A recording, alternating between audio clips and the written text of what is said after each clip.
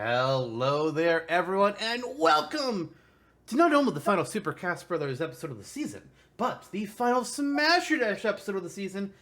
Finally, it is here. Thank God, another year done. I'm Zantok, otherwise known as Lister. We have Blanket Man over here. Oh, it's not Blinkin' Man. It is I, and the time has come for the end. Also, I'm like Jonathan, as you know. And Richard Isaac of Devon was an antiquarian and lawyer. Oh, okay. I don't know who that Yeah. is. But you know who I do know who is? That person. Who moo? Right there, yes. Guest. Oh my god. We have me? one. Yeah, that's you. Who are you? How did you get here? Well, somebody left the door open, and I smelled some nerds. Jonno, Yeah, sugary, sweet, Jonno, grape flavored. what did I say about taking a shower every day? They came in through the bathroom window. That's true. No, I said take a shower every day. Oh, okay. Well, This Oh, isn't even same. the first time it's happened. There's like No, six no, times no. somebody has come in because they smelled nerd. Stop it. yeah. Stop it. Yeah. The last person tried to convert us to their religion. And they succeeded. For you, maybe. I don't want to worship I mean- bugs. He's just a Who? rabbit. It's weird. Oh, Why would you worship a cartoon no. character? It was the religion of Azurdan. Cool. Damn it, I thought but, that joke was dead, but apparently not. It's mutated since, and now it's Chuckian. Yay. But hey, Inscarian, if you will. you're so weird, you know that.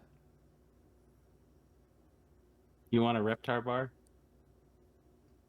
Maybe. Turns your tongue green. The no. That's a hard Yeah. no. It's Big just ol' like pass. Reptar. Actually, Reptar has a purple tongue. I don't. Okay. What? Weird. No, shut Hey. up. You're It's such a show. You're It's a such show. an onion. You're such an onion. Lordy. Anywho, Onions. hey. Onions have layers. Sup. Smasher Dash. The Tournament of Champions, round 2. So, we have a guest here this year. We got Moo here, you know, Moo Cow Moo. They're the mooiest. We have them this year. Last year when we did this, we did not have a guest. And if you watched that episode, or I guess listen to it, because I really wasn't video then, so can you really call it watching it? But back then, we had a lot of deadlock ties, and it caused some chaos, where we were trying to frantically message people and be like, hey, this character or this character, please give us an answer. And sometimes we had to wait a little bit. And it was nonsense. And we decided, you know what? That was a mistake. So we have a guest now. A guest who will be here to, you know, like our normal Smashtopia, or not Smashtopia, but Smasher Desk guest. Moo's here, you know, to provide their own thoughts and commentary on each matchup, talk about the characters, and then in the end, we'll all cast a vote, and whoever gets the majority of votes will be the one that moves on. And this way, we will never have a deadlocked 1-1 tie again in a It got Tournament of bad Champions last year episode. when It we got deadlocked. bad. In the finale of that, it was a bit much. It was funny. It was but- like every matchup Midna was in was a deadlock tie. I was like, Yeah. Jesus, we can't do this. So we're not doing that anymore. And so long as we do Tournament of Champions, we will have a guest. Because, good God. Yeah, agreed. And we're so thankful Moo is here. And you know, speaking to the history of this year as well, this is going to be quite a collection of characters this year. Yeah, it is. We got some oddballs. We're Oddballs. Yeah, exactly. Coming up on very nearly a full year of the show. I think less by a day.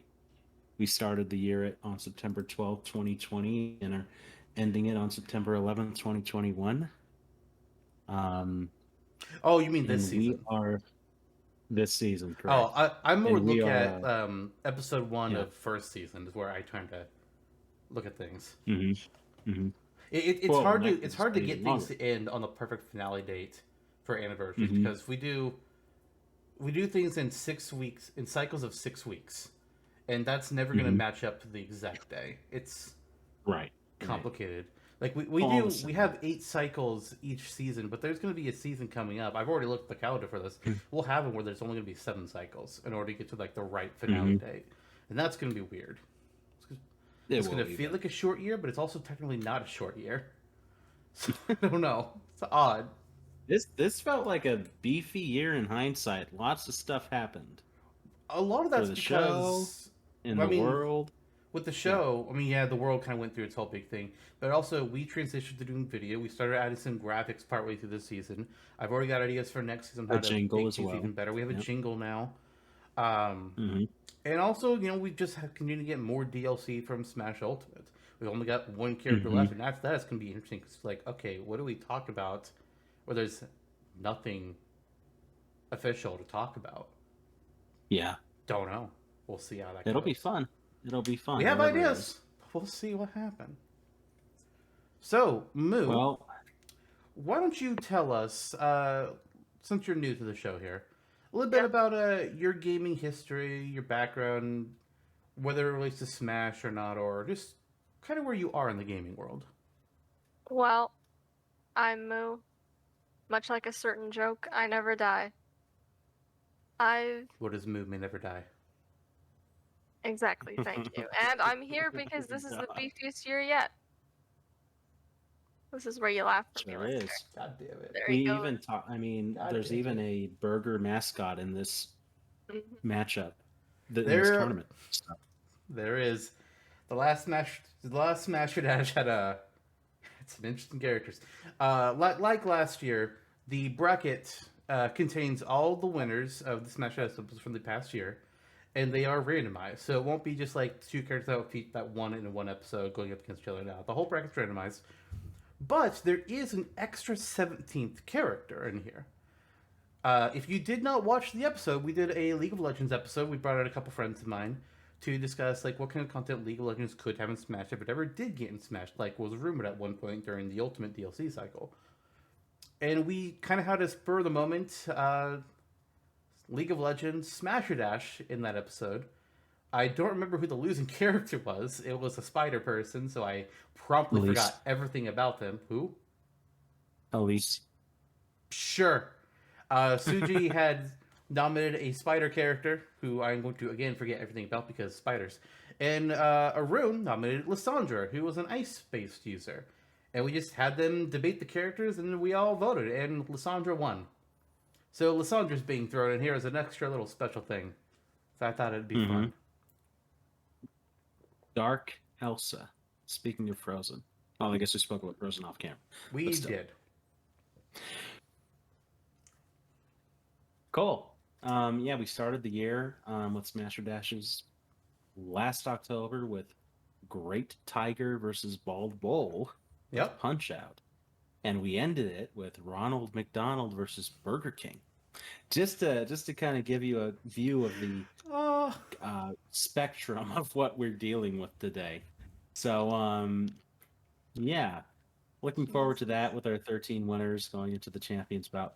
This should be a lot more enjoyable than the last year. It was like pulling teeth last year. it was. To be honest with you. But, I mean, it's entertaining in its own right. But going through it, You were not happy. no, I was a pissy little boy for full 24 hours. It was like when we ran the what character do you want to see in Smash Brothers poll in the Discord channel, and I was not happy with the way the results went with that one. It's like, are you guys kidding me? Seriously? I hate all of you. All It of was you. the inverse because I was quite happy. Yes, you were. You jerk face. You taser face. God, I hate you so much. I really do. And I have a gift of love for you, which I just need to fully disperse before I gift it. That's why I'm not ever giving you my address again. The first gift you sent was used popsicle sticks. Yeah? What the hell, man? Yeah. I think I sent glitter one year. It wasn't just glitter. It was glitter in the shape of a troll doll. Well, it had to be custom made. You know, I cut that myself. I don't know if I believe you or not, but I also don't care. It's the kind of thing you would do, is all I can really say for Mhm. sure. Mm-hmm. Well, Okay. the scrolls, because it can't stop the feeling. Yeah. Anyway. I wish I could stop you. Anyway, let's go ahead and get into it. We got a lot of matchups to discuss here tonight as we try and figure out who's going to be our Smash Dash champion of Season 2. And I mentioned the bracket was randomized. It's kind of funny how some things ended up, though, so... Oh, boy. Starting us off, our first matchup, though, we have... From F-Zero, Super Arrow, and from League of Legends, Lissandra. We have a would-be superhero race car driver versus evil Elsa, as has been so eloquently put. Well, before we begin, do you think this is a good look for me? I don't know, Moo, what do you think? Like a blanket scarf? Personally saying it's speaking, bad. I liked it better when it was more of a shroud. Yeah, You know what, I was man? just thinking that there's like room in the community for someone who wears a scarf these days. But neither of these two characters wear scarves. Oh, I just meant Smash. Okay. Who is he referring to? We'll talk about it later. We'll talk about it later. Isaac from Golden So, Sun? what a guy, yeah. Is that Great Smash guy. Brothers? Great guy, Isaac. So Super Arrow, huh? Versus Lissandra. Yeah, Super Arrow versus Um, Sandra. Oh boy, these two. So from what I remember about their Smash Dash episodes, I guess Lissandra wasn't really Smash Dash episode. Lissandra is all about ice. I think she also had some darker powers. I don't remember exactly what the deal was, to be honest with you. I'm guessing you're bringing up some information. Super Arrow, though, I think he could. I think one of the ideas that we had discussed with him was like he's like a superhero, but in the anime he's a major fuck up. He's not good. He is a goofball character. They turned him into a joke. And I thought, oh, what if his powers like he literally can just fly in straight lines, kind of like Cannonball from X-Men, but bad at his job. Like he's not. It's like only straight lines, and he can't curve at all. That was just a thought I had with him. What his name is Super Arrow. Come on. Yeah. You had that involved, and some Final Smash where he's like through it. He was embarrassing his family somehow, is what I vaguely remember. Yeah, I remember that as well. Because his wife was the very serious superhero. Yeah. In the anime.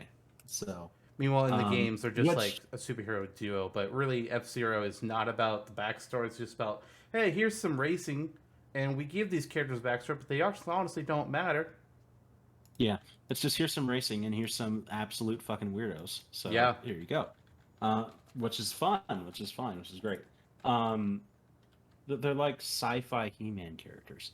Beyond that, Lissandra. I mean, looking it up, Lissandra basically has ice magic.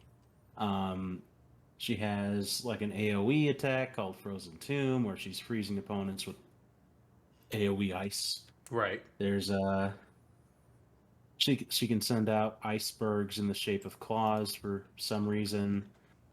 Daze opponents nearby with frost. Shoot out ice shards. And also, that's where the necromancy comes in, because when an enemy dies, she can use her power to turn them into a frozen thrall, which I guess is like an ice zombie. So I don't know how that would work in Smash.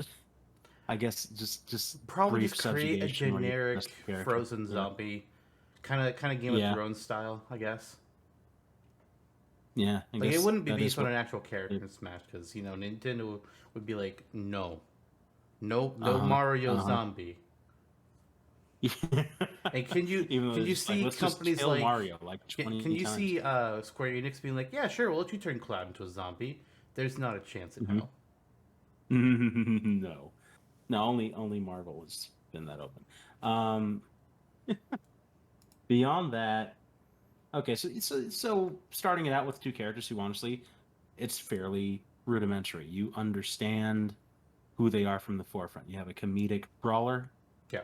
and you have evil Elsa. to And be clear, and I've got yeah, things pulled up here for them both as well now. And it's like, okay, yes, Superhero does have super strength and flight confirmed, and he also has that little, I think it's an owl that he can fight with, or at least I'm assuming can fight because it's with him. yeah, It's got its own the little owl, outfit.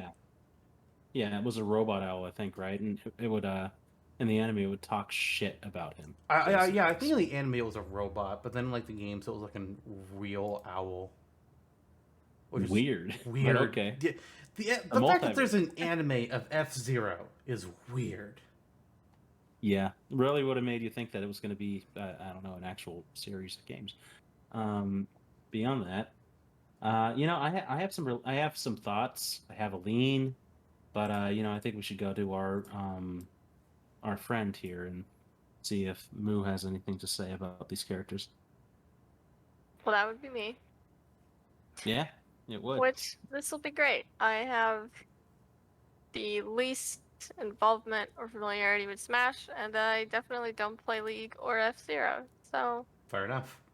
I only played Welcome League to the just show. enough to do research for that League episode, and then I have not touched it. I never played it, I and it also showed in the episode. Lissandra was also not a character that I got to experience when I was doing the research, so Whoops. well, I'll say that stylistically, I feel like there's a bit of a plus to Super Arrow, right? And that he has a very, aside from just being from a Nintendo game, he's got that goofy, boisterous style that I think fits with the general, let's say, aesthetic and feeling of Smash. So there's that going for him. But I think, again, if we're talking conceptually, the powers and abilities these characters have, there's not a lot going on with this guy. There's certainly not a lot going on with this guy when you compare it to Lissandra, who, aside from her moves, you also don't really have much ice going on in Smash, aside from true. like ice climbers. So I think there's definitely a nice variety that she would bring in terms of, if not directly combat style, at least presentation wise, the moves. I agree with that. True. True. It's something that, like, if this was early Smash, I would think Super has a good shot because like 64 at melee and arguably brawl, there was a lot of nonsense going on. Ganondorf, Samus, Oh, God. uh, Sonic, another example of that. Mhm. There's just characters. They were just like, they do this. Just make shit up. Captain Falcon, great example as well. But nowadays with Yeah. Smash, they actually try and pull from source material in canon as much as possible, especially the third party characters. Which also makes me wonder, like, how would you represent not just Lissandra but League as a game in Smash? Because that's something Sakurai tried to do as well with Kazuya. He was just like, okay, here's Kazuya, but I have to make him be Tekken in Smash. Here's Steve. Okay, but you have to make him Minecraft in Smash. Whereas Super Arrow is just like you have to be as inventive as hell, which still happens with some characters. You could make the argument for a Wii Fit trainer. And Piranha Plant. Good lord, Piranha Plant. What? What? But Yeah. I don't know. Yeah. The thing I most have trouble with these two is again, how do you put Lissandra in while also making her feel like League of Legends? But then Super Arrow, it's okay. What do? hmm Period. What do? hmm Aesthetically, he Literally definitely have him fits the summon Smash environment the best.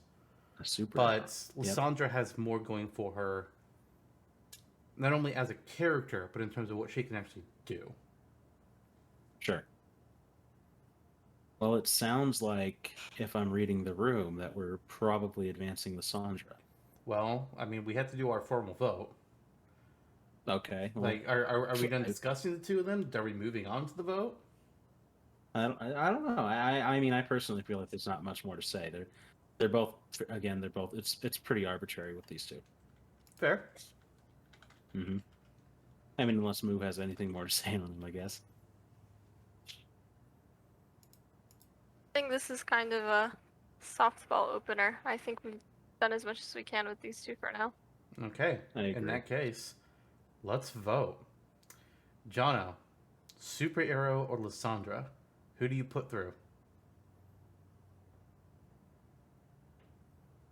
I vote for the funny guy to say Super O. I'm sorry, can you repeat that? I had a thing pop up. Super Arrow. Super Because Arrow. he's funny. Okay. I am going to And put... he has an owl Sure. and an Sure. arrow. Yes. And a family who hates him. Okay, you can shut up now. It's my vote now. Jesus, this is how the episodes get long, because you don't stop. Between the two of these, Super and Lissandra, they're both characters that I would never, ever expect to see actually happen in Smash. They won't be the only characters we talk about tonight that are like that. But I think between the two of them, I'm going to give it to Lissandra. Based on like, hey, Ice, we don't really have a lot of that in Smash. It'd be cool to see it get some more use. In Super Arrow, while he could be an interesting goofball, he's also just doesn't have enough to him for me. So 1-1. Fair enough. Great way to Fair start. enough. If we didn't have a guess, this would be bad. So, Moo, time for your first This is what I'm tiebreaker. here for. It is literally a big part of why you are here. It's an honor, fellas. Oh, thank you. I'm warm in the heart to be working with you. But I'm sure. it's time to pick a favorite between you guys. So I'm gonna have to say, for variety, for a somewhat sicker design, even if it's not relevant to Smash, I have to say Lissandra for our opener. All right. Okay. So, for the first matchup of the episode of the Tournament of Champions, Lissandra has defeated Super Arrow. Now, normally in a bracket, if you have the correct number of participants, we would just be moving on to a completely different set of two characters. But when you have a bracket of 17 characters, you have to have two of them in a preliminary match, and then the winner of that match goes into the first match of the real round of the bracket. So Lissandra, we're going to be talking about her a little bit more before we can move on. Lissandra's next opponent, though, Funky Kong from the Donkey Kong Country games. This might be a bit more of an interesting matchup than Super Arrow, I think. Because, hey, who doesn't love to get funky? Jesus. So, when we approached Funky Kong in the opening Smasher Dash of this season, we were talking about potential Donkey Kong echoes, and of course, Funky naturally kicked Chunky Kong's ass because who knows or cares about Chunky Kong in 2021? Or 2020 rather. Which I recorded it. Funky has pervaded Donkey Kong Country for a long time. He had popularity enough to randomly make it into Mario Kart Wii. So there's a bit of a credibility there. Very offbeat, just in your face, wacko character. Like he literally starts out as just this character who helps or warp you around the map. Yeah. So you go from like World 1 to World 2 really easily without having to run around the entire map and be crazy dumb about it. But as you mentioned, he caught popularity somehow. Not sure how, but hey, I'm down for it. He became playable in Mario Kart Wii. He's in quite a few of the other Donkey Kong spin-off games. He's in Barrel Blast. He is in Jungle Climber. He has a small appearance in King of Swing. He's in Mario Super Sluggers. Yeah. And he's playable in fucking Tropical Freeze. Introducing Funky Mode, also known as Easy Mode, where Funky has his also surfboard and he can just be safe walking on spikes. It's like, that's awesome. I like that a lot. It's really cool. Yeah. Yeah, it's Funky Mode, also known as the new featuring Dante from the Devil May Cry series style meme. Yeah. So now with Funky Mode, so it became a meme in the last year too. It's always helps like Waluigi's and Smash Team. Shin Megami Tensei 3 Nocturne, Yeah. featuring Dante from Devil May Cry, and Funky Mode. I mean, they did add the easy mode to the remake. Yeah. Or remaster, that- rather. True. That way you could play it. You know, Wow. Wow. where's the lie? Like, I'll say that way I could play it. Shin Megami Tensei games are very different. Atlas games are difficult. True enough, yeah. Very true. All the same, Funky Kong also has going for him. What I like about this character is it can be a Donkey Kong echo. He doesn't have to be. He has. I don't think he he has more to be. than In enough fact, going for I him. don't think for this discussion, like, I wasn't really keeping in mind him being an echo for this one. Because Mhm. that was just like that was kind of like for that episode. But for this, I mean, I figure we can talk about him as his own character. What he can Yeah. do as his own character besides have an airplane and a surfboard, I don't know a lot. Yeah. Oh, he's also in DK64. It's a very different design. And he has a weapon store. Mhm. All right. Yeah. So that's where we can kind of go with it, right? Yeah, he can be on his surfboard and whatever. You can. I would not advise that he moves around on it like in Tropical No. Freeze. But you know, you can. There's a way you can incorporate I mean, it. Whatever, you can ride a wave. It or can whatever. be Use as it in simple as Smash attacks. Like, I think his down Yeah. aerial, just having it be like spin under his feet would make a lot of sense. That would be awesome. That would be cool. And then you can use his that airplane barrel thing for an up special, his entrance animation, whatever. Final Smash. He does again. He's a weapons master inexplicably in Donkey Kong 64. He can have the Donkey Kong 64 arsenal available to him. Like a Good. weapon He or could use the something. coconut gun. Yeah. Precisely, it fires in spurts, It and does. if it shoots you, it's gonna hurt. Very. And he can dance around in front of his If he means jukebox to. like he does in Donkey Kong Country. And he's like, yeah. And his Final Smash can just be like Donkey Konga, but good from Brawl. So because again, he's a music loving guy. He's funky Kong, funky fresh Kong guy. And otherwise, I guess he's just statistically very similar to Donkey Kong, but he has all these offbeat movements as opposed to just being kind of a brute, Yeah. being a himbo, if you will. Although Funky's a himbo in his own way. If that helps sway the argument either which way. All right. Meanwhile, his opponent, I mean, we just talked to her about it. We have Lissandra from League of Legends. She's got various ice moves. She can throw out little shards for projectiles. She can create just like a ring of frost around her that hits anybody nearby. Create a claw of ice that just like pushes forward. Maybe she can alternate what direction it's thrown in, or maybe up in the air. Who knows? You could even just give her like an icy teleport, because why the heck not? I guess. So sometimes with characters, especially with like Lee, like what would you do for recovery? I don't know. Teleport. She has magic, sure. Yeah. It's a plan, and if there's something else, they can tell us, Suji. So Sure. okay. Well, again, we know what Lissandra has. We talked a fair bit about Funky. I guess now we defer to our third arm here. Well, I think so. I think the first point I would like to say is that Funky Kong is indeed funky.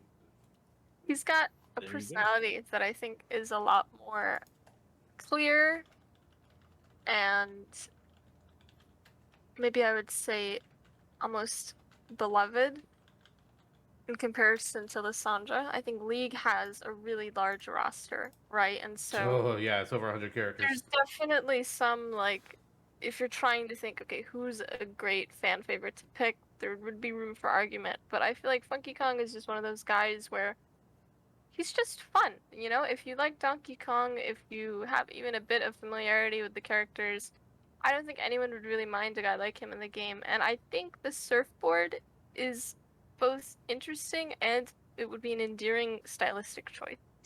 I think there's a lot that could be done moveset wise, movement wise, even, and I do love people with fun movement styles. Yeah. The only thing negative I think people might say if Monkey Kong did get into Smash is it'll be like, really? Before Dixie? But as far as that argument is concerned, we don't care on here on Super Cows Brothers. We don't care about like who getting in before who. It's just like, what if character got in? That's all we care about around here. Yeah. He's yeah, not on the yeah, bracket. precisely. Mm-hmm. Yeah. Yeah. Now, although Funky is, and so is Lissandra, and we have to choose between them. So, We do. y'all ready? Mm-hmm. Yeah, I got my pick on this one. So do I. All right, I'll go ahead and do mine first this time around. Okay. So we got potentially a Donkey Kong Echo / semi-clone. He probably would end up in all reality being like a semi-clone type of thing, but he can have his own different special at the very least. Versus somebody that could easily be mistaken for a demon in Shibagami Tensei. Actually, if you're looking at Lissandra, you could be like, "Oh wow, you fit into this setting real easily." Between them. I kind of already talked about Lissandra a bit. It's like, how do you put in League and Smash? I honestly think it'd be a difficult thing to do, especially if you're trying to represent the entire game and not just the character. Funky, I mean, yeah, you really said it, Moo. Funky would just be fun. There's I would be so down to have Funky. Like, again, I do think, get Dixie in first, but we don't care about that here. Yeah, I want Funky. Put Funky in. Donkey Kong needs more, anyways. Yeah. Honestly, when it comes to Donkey Kong characters, the only three viable ones to me are Dixie, Cranky, and Funky. And I just think Funky would be great. Anybody else past is like, awesome. Why? Yeah. Yeah. We get Wrinkly Kong in. I mean, if we had to get another one after those three, I would say Tiny. But anybody else... Yeah. Stanley, maybe. Oh, Stanley Bugman is actually not a bad choice, or DK Jr. I guess. But as terms of like modern Donkey Kong is concerned, yeah, I agree. Bluster Kong, maybe. So, who's next? Oh, Game Master. Moo. Well, I think kind of made it pretty clear for my argument. I'm definitely voting for the fresh surfboarding guy. All right. And so am I. So there we go. Easy enough then. We got 3 votes for the Funkster. He's moving on with Lissandra. You only barely made it in because we threw you into an episode randomly, and you may have won your matchup there, but you are already out of the Tournament of Champions. So left out in the cold. we left out in the cold. She is gone, and Donkey Kong will talk about you some more later. Yeah, it's just you were lucky to ever be here, Lissandra. So good for you. Honestly, was I forgot about her at first when I was building this bracket, and I was sitting the randomizer to see what the match was. I was like, "Oh shit! Wait, Lissandra, we can add her in because sure, why not?" I was like, "Hey, why not? It beefs things up a little bit for the beefiest season ever of 2 seasons." Wow, up 2 seasons, yeah. Our and last funky season, moves like this. I mean, that's got to be either a taunt or a victory pose. Come on. It does. Okay. Also, when you're thinking about making a moveset of myself. I would not. That sounds like a terrible idea. Anyways, though, for our next matchup, we've got another Nintendo character and another third-party character. It's actually a goofball for somebody who's a little bit more serious, kind of funny. First up, we have Slippy Toad. Oh, the picture for him got screwed up.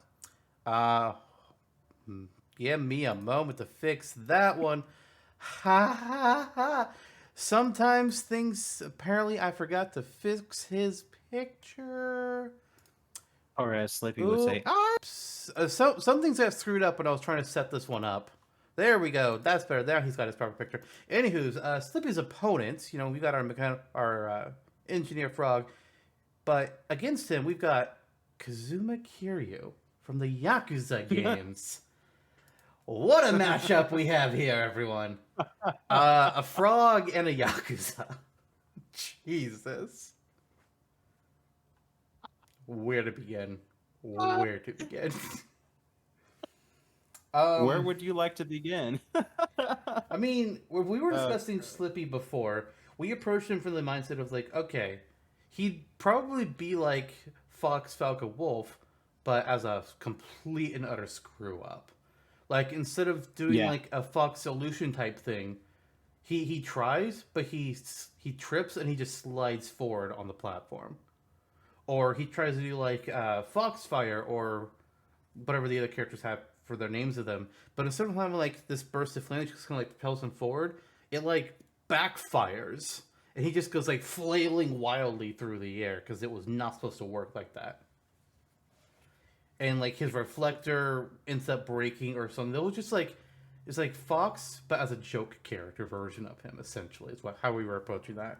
And then there's Kazuma or Kiryu, who's just like, yeah, so I have like these different styles of martial arts, and one of them's called Dragon Form, and it kind of kicks everyone's ass. Mm-hmm. Also, I run an orphanage, which is still wild to me. Yeah, and he can hit people with bikes and garbage cans and stuff. Yeah. Yeah. You know, I like the idea of Kiryu. We were so uneducated on Yakuza when we went into it. I had to watch some. Still are. Yeah. Still are, but I watched some gameplay videos, and you know, it's his fighting style in game. You know, we have Kazuya now, and Kazuya has his own a similar fighting style with the Mishima martial arts that he has. Yeah. Oh, yeah. Kazuya. It's Kazuya, Kazuma. It's like, Lord. Yeah, that's why I'm going to be referring to Kazuma as Kiryu, because that would be. I mean, I think that's what he's called more often Kiryu, too. anyway. Yeah. Yeah, they do. They do call him that more often. You know, he's so there's so the dragon form style. It's a meshing of various real martial arts. Much like Mishima, and much like Mishima, it's this form also is a primarily grappling based form. So their primary fighting styles are kind of similar from what I can gauge. Mm-hmm. So that might actually be a point against them. What you get more in Yakuza than Tekken, though, is that element of surprise. You have people bursting out of manholes to attack people. You have the bikes. You have the trash cans. It's a you have classic arcade side-scrolling beat 'em up. Yeah, yeah, 3D. Exactly. It's a lot like a Kunio-kun or whatever. So it comes from that aspect. Yeah, there you go. We were talking about Raphael earlier. Off episode. What a guy.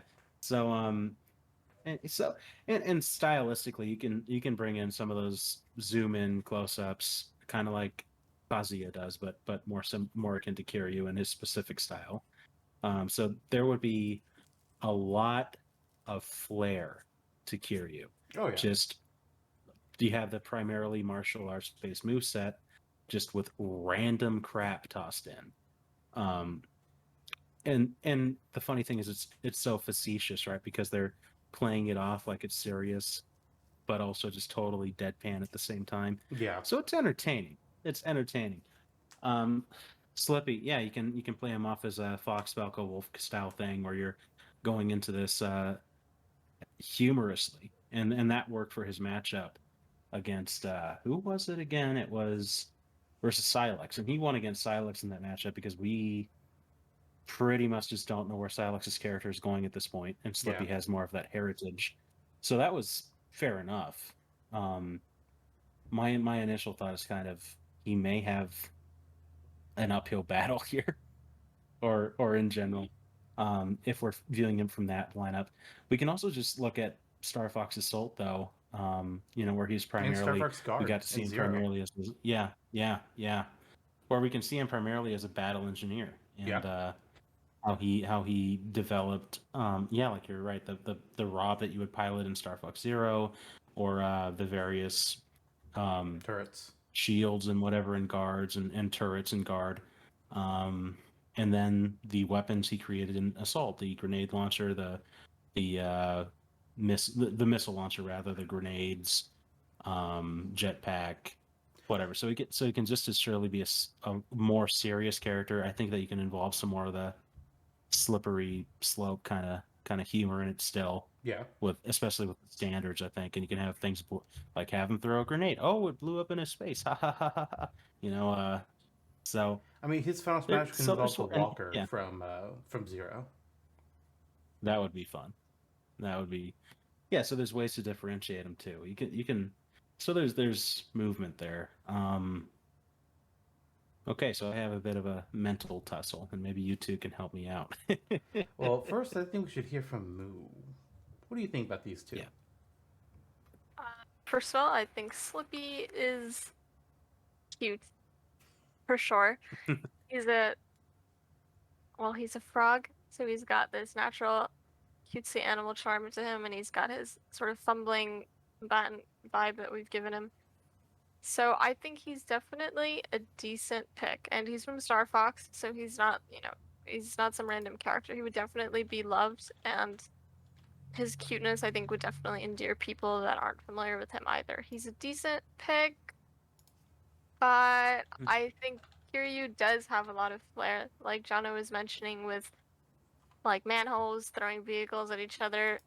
There's even random video games in Yakuza that could somehow come in, like, God, you could throw karaoke in there somehow. So I think Oh, you could. it's a bit of a battle, I think, in this one between a very familiar, safe, comforting pick that would be very classic feeling, and then this very, let's say, distinct deadpan silly style that could go in a lot of directions. I think Kiryu is really a guy that would depend a lot on the moveset that would be made for him, and it could either be very similar to other characters or it could go absolutely insane. So it's a bit of a risk, but I think it would be very interesting. Hey, fair enough. And what about you, old talk?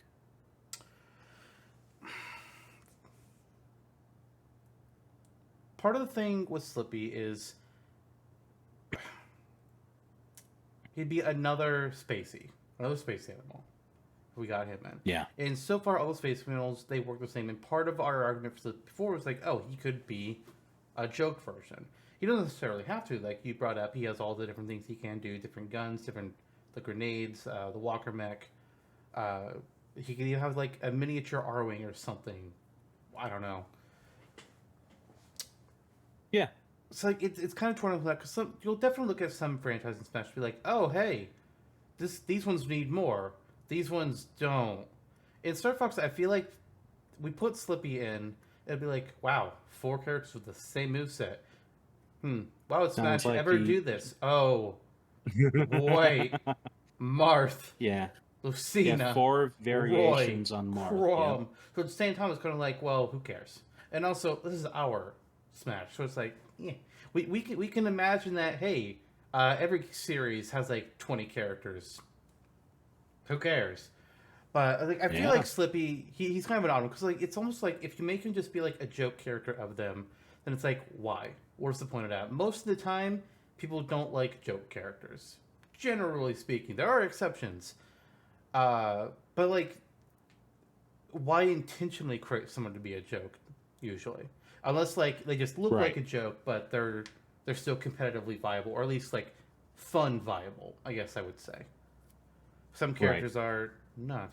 But Yakuza Kiryu, I really need to just, like watch some gameplay of that at some point. There's a lot of games out there I need to watch gameplay of. Right now, I'm finally starting to watch Okami. Everybody's always talking about it. Everybody's always loving it. It's like, all right. And I've always put out, it's like, all right, I'm watching Okami now. So I can finally see what the experience for that is like. But I gotta do something with Yakuza at some point, too. So I don't know what to do with the holdout there. He's kind of like just like here's a guy that has a bunch of different like melee fighting styles, and the one level he's got different ones. So there's some interesting stuff there. He can do some wild, flashy shit. But at the same time, it's just like guy punch and kick. I don't have a whole lot with that. We're at that part. We're at that point where we have Ryu, Ken, Kazuya, and Terry. Yeah, But Can be broader. but he's also not a fighting game character. Yakuza is not a fighting. Yeah. It's a beat 'em up. It's a 3D action beat 'em up game. But it's Mm-hmm. so he would be different in that respect. But Right. he's harder for me to really judge and talk about too well, as we noticed when we did him in a previous episode. Mm-hmm. It's better than when I totally botched a story at first, then we had to retroactively go through the Wikipedia. That was kind of fun. Yeah. That was a thing that occurred. Yeah. And Slippy does have more going for him than you would initially think. Yeah. Um, It's like, So it goes honestly, both I ways. wish Smash would differentiate the 3 Star Fox characters out. Because there is a lot that you can give each of them to make them be different. Assault has quite a few different weapons that you can pull from. They don't all need to have the same Final Smash, whether it's Landmaster or R-Wing / Wolf and Assault or whatever the heck. Like, they can have different stuff. And for some Yeah, reason, they can. Sakurai refuses. I don't know what the deal is. just like Nintendo refuses to move on from the Lilac Wars, but that's a whole other topic. Yes, it is. Good God, the So, Lilac Wars. I'm so sick of them. Mm-hmm. Good story. Doesn't need to be repeated 10 times. Yeah, So, seriously. we're at that impasse though, where it's feeling like we can come to a vote. We've kind of exhausted, I think, the discussion on these two characters. Sounds like it's a bit of a dead heat, so it'll be interesting to see where we all go. And I think that I talked first, Moo talked first in the second matchup. So No, I guess she now it's your didn't. I turn around did. the sun. I talked the first Did and you? second matchup. Yes. Oh, holy cow! I guess Moo should go first then. Yeah, that's where I was gonna go with things. So, Moo, what you think? Slippy Toad or Kazuma Kiryu, or Kazuma Kiryu? Slippy or Kiryu? What's your Thanks vote? for asking and remembering me, Lister. Kiryu? Who are you? You see, I'm the guy that keeps the ship afloat. Yes, of course. Love you. Thank you. To answer your question, I think I love Slippy you too. Toad. Well, again, I think he's got an appeal, but I do agree we do kind of have a trend with the Star Fox characters and how they're presented. So I feel like there's, of course, a chance where if you were in the game, there's things you could do to keep him fresh, but it really does feel like there's a strong theme they're going for, and we might not necessarily diverge from that much. Kiryu, I see a lot of potential, especially when we think about the way Smash brings in the game and not just the character. So we've got all of these random quirks in Yakuza, not just to the combat, but to the game, that I think allow a lot of room for just whatever kind of Smash wackiness the gods want to throw at us. And I'm down for this mystery box that he represents, so I'll go for Kiryu in this round. All right. Jonno, what you got? Yeah, I am in alignment with Moo on this one. I think that Kiryu at a base level has a lot of similar movements to what we have seen compared to it like a Kazuya, but it's the element of surprise that Yakuza brings that makes it more entertaining. So I'm thinking, what can the stage bring? What can even his taunts or whatever bring to the action? You can make the karaoke be his final smash for all I care. It would be entertaining enough. Slippy, I want him in. Like I think he would be fun. It's just that he's just kind of a sub tier character. He's not towards the top, so it's easier for a third party idea to surmount him for me. Fair enough. All right, with 2 votes, because Kiryu is moving on, but I still got my opportunity to say something here. Between the 2 of them, I'm actually going to be the counterpoint and say Slippy over Kiryu. Largely, this reasoning is because of just lack of familiarity. I have not looked up any gameplay of Yakuza. I've seen a mutual friend, Addles, stream it a little bit, but I didn't see a whole lot. So I have very, very passing and vague idea of what it looks like. And maybe if I had watched more of this before, it would be different. But I also just really like the idea of Slippy being part like an engineer type character, but also part of just like this massive screw up. Like, I really love the Yeah. idea of him trying to do a Fox Fire based move, and it's just like it backfires, and instead like water streams or something, he just goes flailing through the air, or he trips over his own feet and goes sliding across the stage instead of doing a Fox illusion move. I just like that idea of a whole lot. So I had to throw him a nod for that because it's just amusing to imagine. It is. It is. I'll definitely give you that. I would enjoy playing as him. All right, well, And he'd have a Slippy. very high jump. What a Yeah, guy. honestly, yeah, he probably should have a high jump. Really, he's a frog after all, so hey. But Mhm. unfortunately, actually, he's a toad, not a frog, but still. Anywho, Slippy has lost. He's gone. If we had a losers bracket, maybe he could, go on a better run. But Kazuma Kiryu, we'll see you later. Next matchup, though, it's gonna get a little metal with Eddie Riggs from Brutal Legend and Metal Slug from Metal Slug. Now, of course, when I say Metal Slug here, we're more referring to the moveset that Kelly Jelly put up on the wiki a while back, which was really just called Metal Slug, but it's really the four main characters, or four of the main characters from the Metal Slug games, just being like in that slot, and you just change who they look like with the different costumes, kind of like a Bowser Jr. deal. But they're just collectively called Metal Slug. So really, it's more of Metal Slug protagonists, and they're not in the tank except for like the final smash. So it's really Marco Rossi and friends. Right. It goes Marco, Tarma, Eri, and Theo from the various Metal Slug games, and then the Metal Slug itself. Because I always get this mixed up because I myself have had thoughts of Metal Slug like, oh, what if you're just always in the Metal Slug because it's a bipedal tank like Sophia the Third from Blaster Master, but Kelly's is more like how Marco appears in like a Capcom versus SNK scenario. It's like if they call Bowser Jr. Koopa Clown Car. It is. I will give Kelly the credit that his just feels thematically more apt than doing that, but yes, it's true. And so yeah, Metal Slug. I mean, it's the run and gun. I think to end the run and gun. So you have your Gunstar heroes. Your Contra could be argued, but I mean, Metal like Slug, Contra is the original. Yeah. Just because something is the first doesn't mean it's the thing. Dragon Quest is before Final Fantasy, but more people think Final Fantasy when they talk about JRPGs. Very true. Very true. And I think that's the case here. Metal Slug innovated the genre. It modernized it. You can go back and play the original Metal Slug. The gameplay is very slick. It's nothing that'll feel old by most measures, other than it being a coin op. So running around with the various guns, like his machine gun or whatever, will be fine.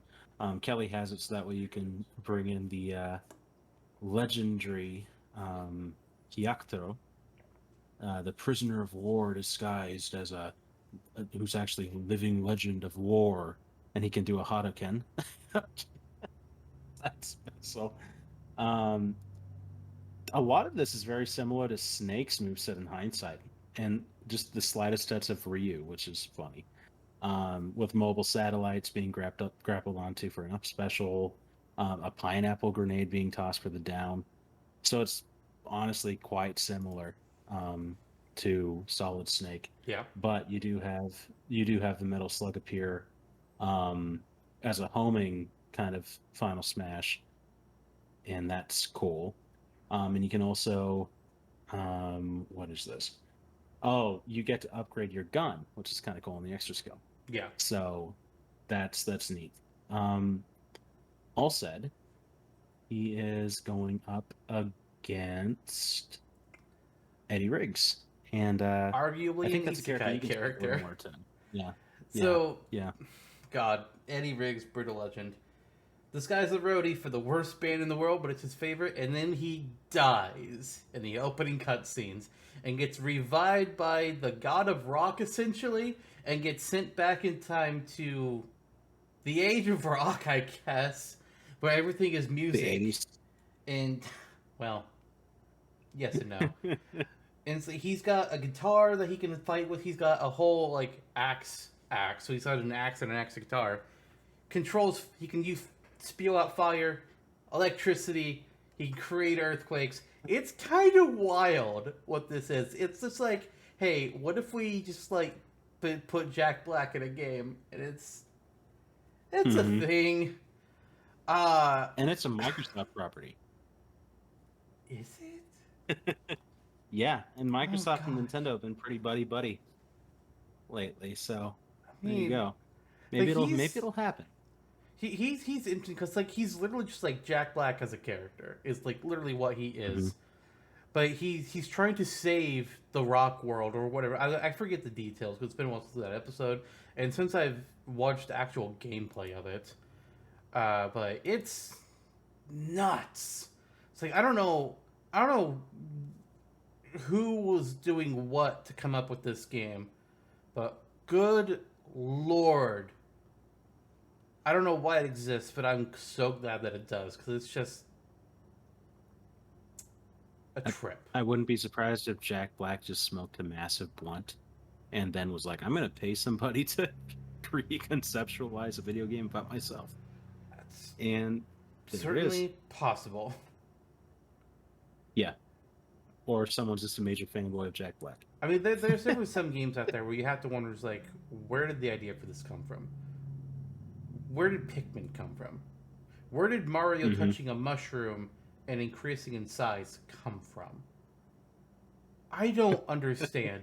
And I think this game is another really great example of that. He's got all kinds of, like, weird elemental powers that he can do. Again, you know, he has the whole fire and lightning thing, which is, like, he just plays his guitar and it's like, lightning! It's like, what? Alright, sure. And then up against him, as you mentioned, you know, we had the whole Metal Slug crew. In Kelly's version of them, the four of them all kind of share movesets. They are the Metal Slug together as a team. If you take it further than just that and don't just, I don't know. I don't know. You have things where you can swap the various guns with him if you went with other abilities. The tank still makes the most sense for a Final Smash, unless you make the tank be the playable thing, which I think is still a possibility. But I'd have to, like, see actual gameplay, like what the tank itself can do, and if there's enough stuff. Like, what is your recovery as a tank? I don't know. I think that's kind of hard. There's a grappling hook, I think, and there's a helicopter wing as well. Hold up. Blade, rather. Hold up. The tank has a helicopter blade. Yeah. In some iteration. Like 3, I think. Okay. Sure. A tank that can fly like a helicopter. Oh my god, video games. Why are you like this? Why are you like this, video games? There's some wild stuff out there. Waluigi's seen some shit, okay? I don't know. I don't know, man. He's kind of just chilling out with his head in the pipe. Yeah. Cool. It's been a wild finale for him. Oh, it has. It has. He's been asleep ever since that On Topic. Man, I wish I could have been. That was the thing. So, yeah, I mean, between these guys, like, they're both metal in very different ways, which I find very amusing that they ended up being each other's first matchup. Like, that's fairly cool. But in the end, it kind of comes down to a running gun character who can shoot things. He's got, like, a satellite and a tank. And then you have Jack Black with a guitar and an axe. An axe and an axe guitar. Because why the heck not? And he firebends the road. So... Me? Not wrong. Not wrong. I don't know where they came up with the stuff for him. It's wild.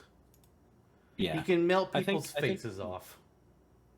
He has an ability called Face Melter. And he literally melts their face. It's yes. Excellent. Face Melter sends out a powerful shockwave that melts the faces of weaker infantry, killing them instantly. It's a guitar solo What that is he this can play. game? What is this I game? don't know. And the funny thing is, the character he was up against was from arguably a stranger game. So, That's even wilder to me. Sandbridge. Moo, what do you think? So I definitely agree that Metal Slug is up there in being an iconic game series. So it's definitely got Mhm. that going for it. But he melts people's faces off with his guitar, and he's Jack Black, and there's all this other random magical stuff he does with his guitar, his axe. And he's got a lot of flavor here. I think Yeah. if this was maybe we were discussing like 100% real life who gets in Smash, I feel like I would consider the kind of the status of Metal Slug more here. Fair. But if we're breaking down what these characters can actually do, Yeah, we don't care about reality here. yeah, We literally, Real like, the life last is- Smash Dash literally talked about Ronald McDonald versus the Burger King. We don't care about reality. that's why we love this show. So, Brutal Legend, even though I think maybe not as iconic, I think if we put this guy in, the character that he would become in Smash would definitely bring something iconic to the table, no matter what direction they go in. Also, you're Yeah. getting metal music in Smash. From Jack Black, no less. I'm Jack Black. J- Yeah. I forgot his name for a second there.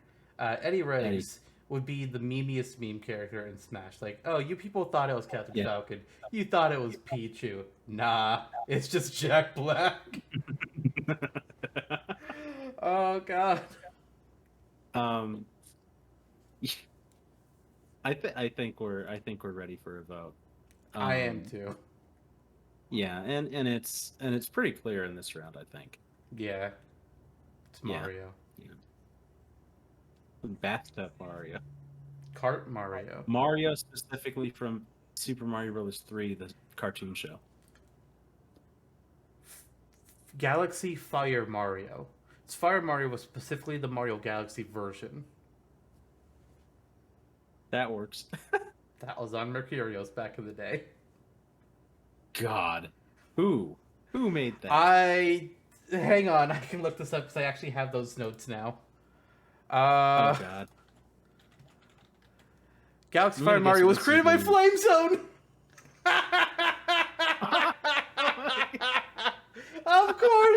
Of course he did! That's coming up the next time he's on the show. That's coming up. Oh my god.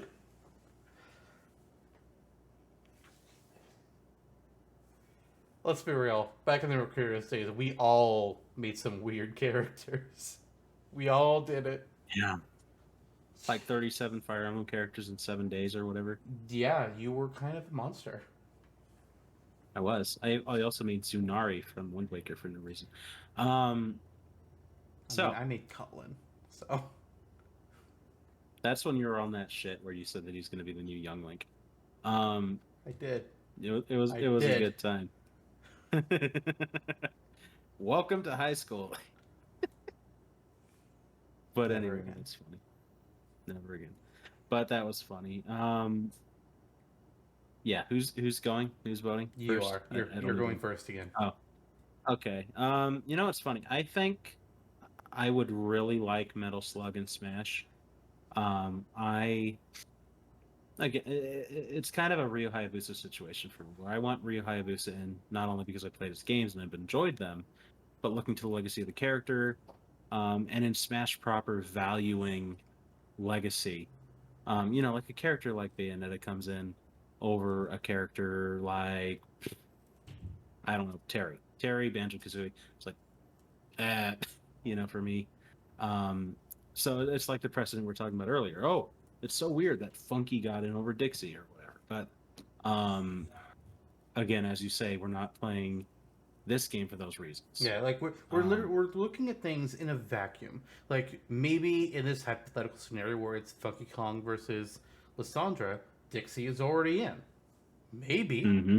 It's more about like, okay, Precisely. these two characters and just these two characters. Who do we put in?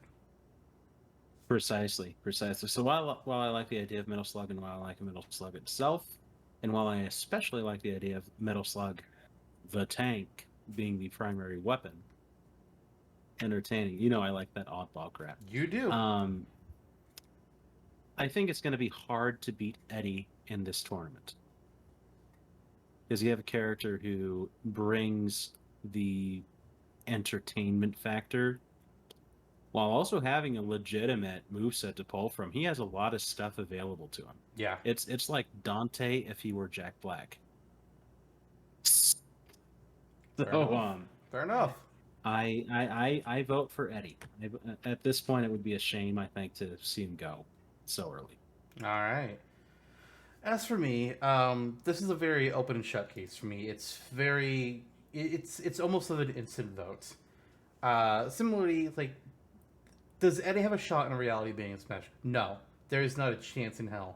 Wait until you The get that next Trapper. water pass. The Trapper from Dead by Daylight has a higher chance of being in Smash than Eddie Riggs. It's just not ever happening. Oh, buddy. That said, The licensing, yeah. reality doesn't matter here. What matters is who do we want? If we had the almighty power to add one over the other, and I gotta go with Eddie.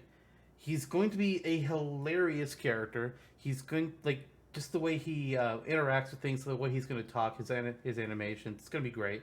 And then his attacks, just like, all right, hearing Jack Black taunt at Mario.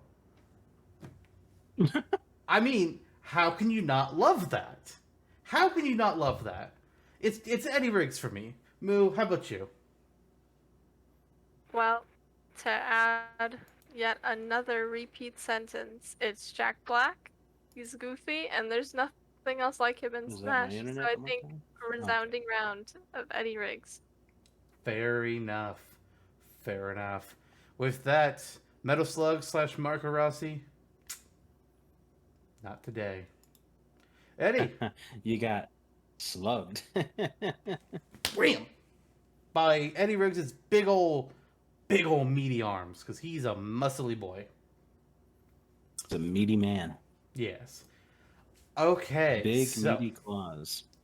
next matchup. We're still in, technically what would be round one here, but also technically round two, because, we had the whole preliminary thing with Lissandra and Super Arrow. Anyways, it's really round one, effectively. Next, this could be interesting. We're starting off with Zael from the last story against Phoenix Wright from Ace Attorney. Yeah, I had a feeling you would have a look like that on your face, Jonno. Yeah. So, why don't you tell us a little bit about Zael? So, this is a totally randomized game, and every so often, something like this happens. And you're not happy And about it? I'm just like, so let's see, why couldn't he just be, like, against Funky Kong? Slippy? Super Arrow? Metal Slug, Super Arrow, Lissandra? That would have been... Put him up against Ronald McDonald, maybe. Because this, you want to talk about open shut. I mean, come on. I don't even... All the same, right? It's All the season same. one all over again. There was a... not quite at that level just yet. Thank God, right? But this is going to be something. Anyway, the last story at the time was a RPG. It's the Wii era, right? No RPGs were really coming out for the system. Nintendo was billing this as the waggle-friendly, casual-friendly crowd system. Sometimes that pays off. Most of the time you have 5,000 shovelware titles from third parties that have no clue what they're doing. Cold Stone and it's Creamery, interesting. scoop it up. That's a game that exists. That was a game that existed, wasn't it? Not a good game. I have seen gameplay. But so this was part of Operation Rainfall. So towards the twilight years of the Wii's life, there were 4 RPGs that came out around 2011, 2012 that were notable for coming out during the Wii's final years as its swan song. One of them at the time was confirmed for America, and it was the most controversial one, being The Legend of Zelda Skyward Sword. Oof. Um, Operation Rainfall was the campaign to get the more original titles, Xenoblade Chronicles: The Last Story and Pandora's Tower, released in the U.S. One of the most interesting eras of Nintendo's history for me, being that a fan operation to bring obscure RPGs into the West worked. Yeah, albeit All with a 3 titles limited localized. release. Limited release, Finding a all the copy of same. I mean, Xenoblade on Wii is rough. it is.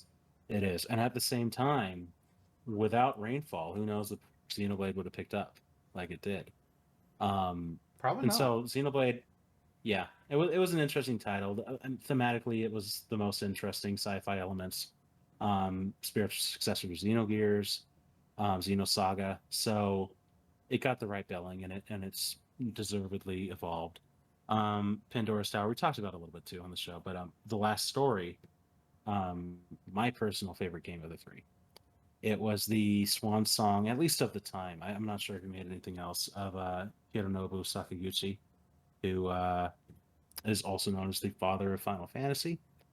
So he fathered Final Fantasy, and then it's like, hey, if I made the Final Fantasy back in the day, I guess we're going to cap things off with The Last Story.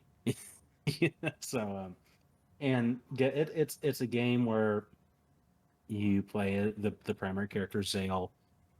Battles are carried out in an action RPG setting, kind of like a Final Fantasy, like 12-ish maybe. 12 still had an 12 still had an ATB gauge. Okay. Probably okay. more like 15. Okay. Or Crisis more like- Core or 7 Remake. Crisis Core is a good example. Right. It plays very similarly to Crisis Core. And Zael is a leader of a team of mercenaries fighting under the guard of Lady Callista, the Stargazer's Tower, blah blah blah blah blah. So his primary bag, besides having a crossbow available to him, various magic, like anima magic, fairly standard, was his gathering technique, which I think, if I recall, It was what set him over the edge in the Smash or Dash. So that's kind of what we're dealing with here. His gathering is I'm going to bring up my notes from the old discussion that we had long ago. Yeah, because that's exactly what it did in the Smash or Dash that we did. Zael. I mean, he's got more than just gravity. He's also got like a couple other like special techniques, like his Power Strike and his Gale Accelerate. Whereas like kind of going over like what he had over Aeron from Pandora's Tower, who just like had different kinds of weapons and no real techniques with them. Right, Aeron was a weapons master. He's like a Kratos without the flair. Zael had more of a personality in his game, more of a backstory, and he had and as you said, the Gale, which he accelerates forward and unleashes sword attack with wind magic. The gathering technique, which in the game just draws enemy attention towards him. It's aggro. Right, it's aggro.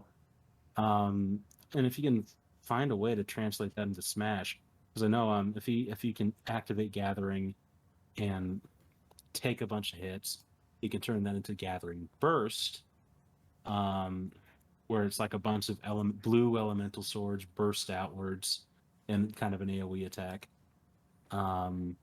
So it's interesting in those regards. So I guess it represents an offhand part of Nintendo history. It would be interesting to see. I think he would be more interesting than a lot of different just standard swordsmen. Again, Aaron. But yeah. For the pedigree of his game and the background of Operation Rainfall alone, but also he's got a few interesting things up his sleeve. So yeah, fun enough. Although his opponent is of the highest pedigree, and this is an uphill battle. This isn't an uphill battle. This is like the Alamo. Interesting. Interesting. Yeah. Up against Zael, as has been mentioned, we have Phoenix Wright, main character of the Ace Attorney series for Capcom, and in the 5-hour episode was the character who I picked for who I would most want to see from Capcom being added this match. And I also said in another recent episode that I think he has a very strong chance of being the last DLC slot for Smash Ultimate. Don't know if that'll happen or not, but I think he has good odds for that. But as for what he can do, I mean, he's not a fighter. He is not, and that's part of his thing. And people make the arguments like, well, how would he fight? Okay, but how does Villager from Mana Crossing fight? Your argument means nothing. Plus, he's in Marvel vs. Capcom 3 Ultimate. Or Ultimate Marvel vs. Capcom 3, actually. Whatever. Yeah. He was made to fight in that game, and he's not a traditional fighter. One of his attacks is him sneezing. He does have his super move where he can like create these giant spectral pointing fingers that he just gestures at people, and the finger appears and it hits them. He shouts objection. He could involve different pieces of evidence from across the games. There's the Thinker statue from the very first case in the franchise. There's the Shichishito sword from the third game, which is a really odd sword. I don't know why it exists. He can involve Missile, the little police dog. I like Missile. He's fun. You could do something with the Magatama or Cyclops. There's a lot that you can actually do with Phoenix Wright, while still having to be like not a traditional fighter. Because Smash isn't just like, oh, these are fighting characters. If it was just like characters that were actually fit for fighting, the roster would be vastly different than how it is now. So the Inkling might not even be in. I mean, sure they shoot, but they're not like going up and punching things. But if we restricted ourselves to just punching things, it would be a very boring game. It would. It would. He can, yeah. Maybe if we had Phoenix in the game, we'd finally find out where Gumshoe. Yeah, he kind of disappeared. Yeah. And Capcom, give us another Ace Attorney game with Phoenix and bring Gumshoe back. You brought Maya back in the last game. Bring back Gumshoe. Where is he? He's still missing. Yeah.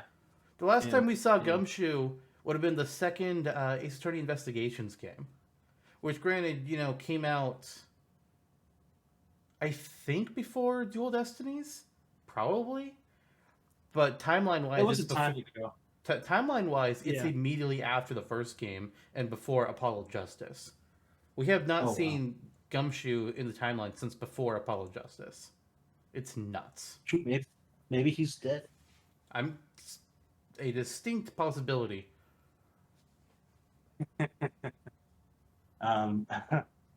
Okay. Well, let's continue prolonging the inevitable. Just. Well, hang on. We got to hear from Moo here. What do you think about these two? First and foremost, while we're doing our open letter to Capcom, can they bring back my beloved Franziska along with Gumshoe? I mean, again, Franziska is also. I mean, I'm down. I'm down for bringing back a lot of characters. Franziska was also in Ace Attorney Investigations too. Like that's the last time we saw either of those characters. Actually, wait a minute. Mm-hmm. Wait a minute. Is Franziska in Spirit of Justice? I don't think so. I'm pretty sure she has not appeared. I know this is a whole section with Edgeworth, but I don't remember if Franziska appeared. I'm gonna have to look.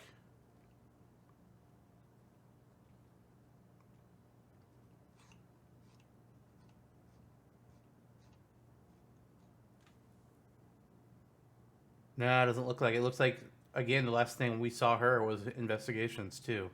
Damn. Good game, though. Real good game. Like, it's another point for them adding in Phoenix is like, hey, you have a lot of options for an Echo fighter.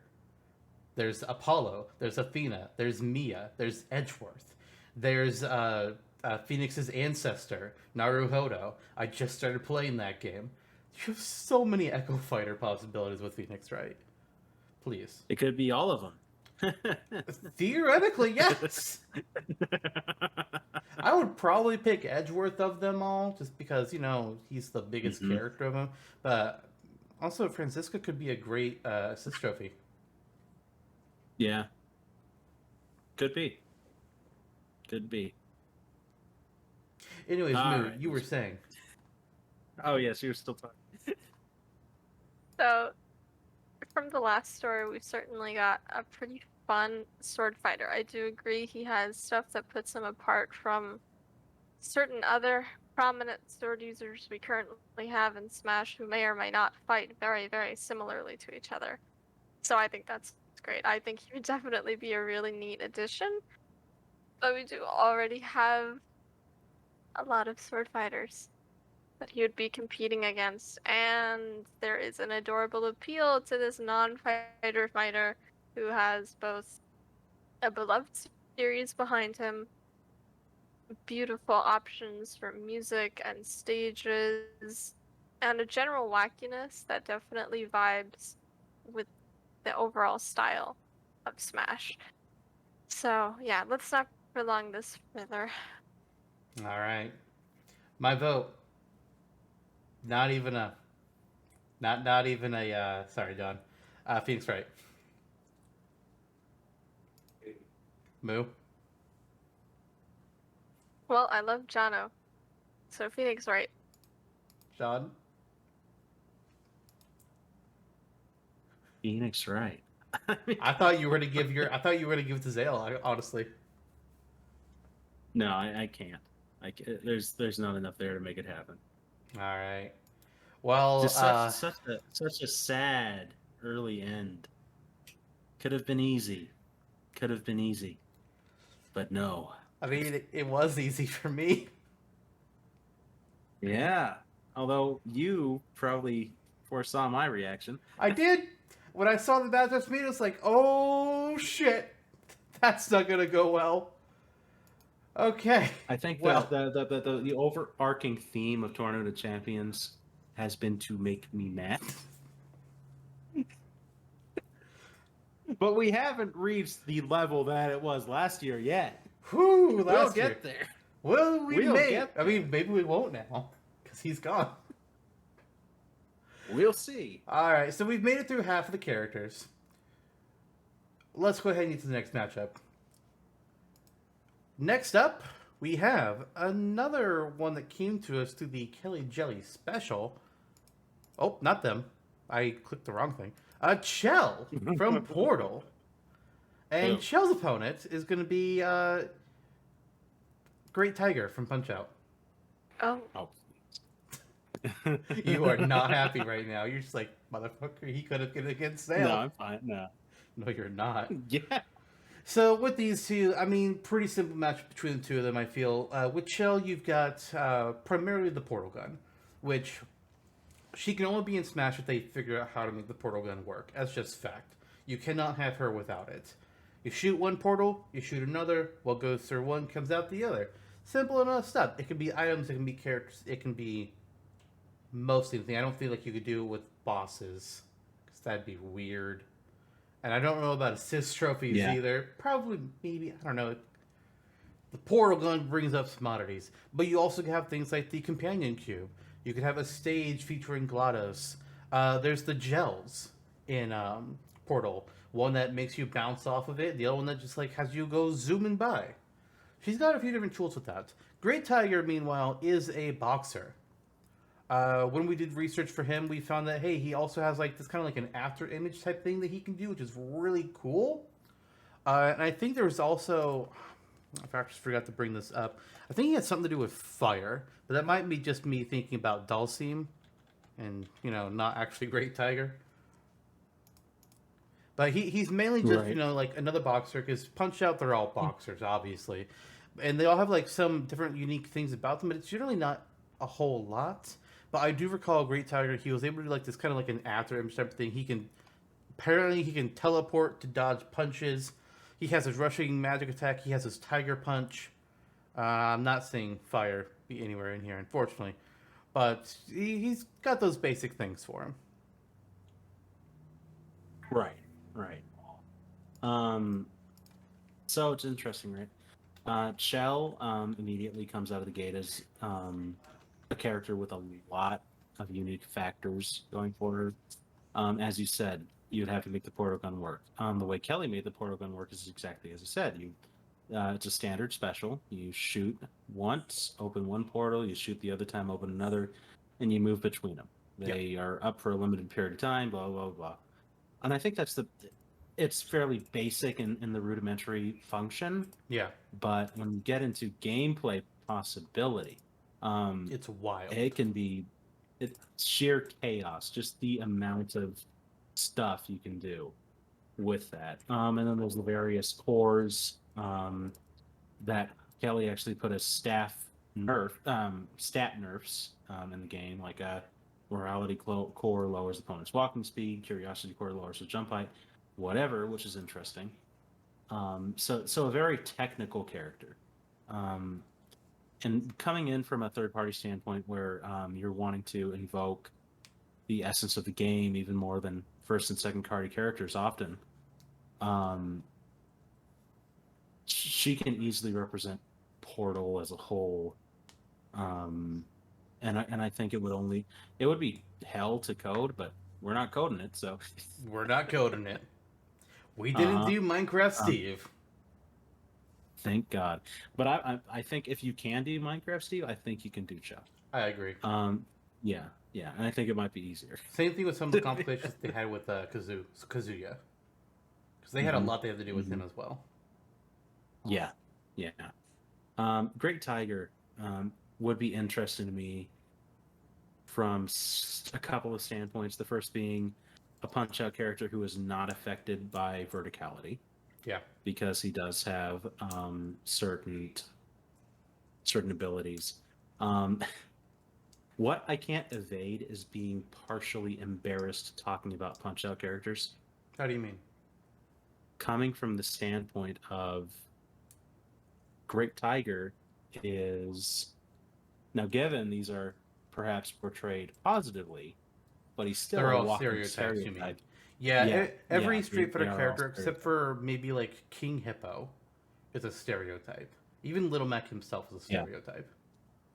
Yeah, precisely. So, I mean, and you know, he uses magic. He meditates. He has a flying carpet. He wears a turban. No, he can create a transparent clone of himself. Yeah, like just what? So, how they can subvert that in modernizing the character?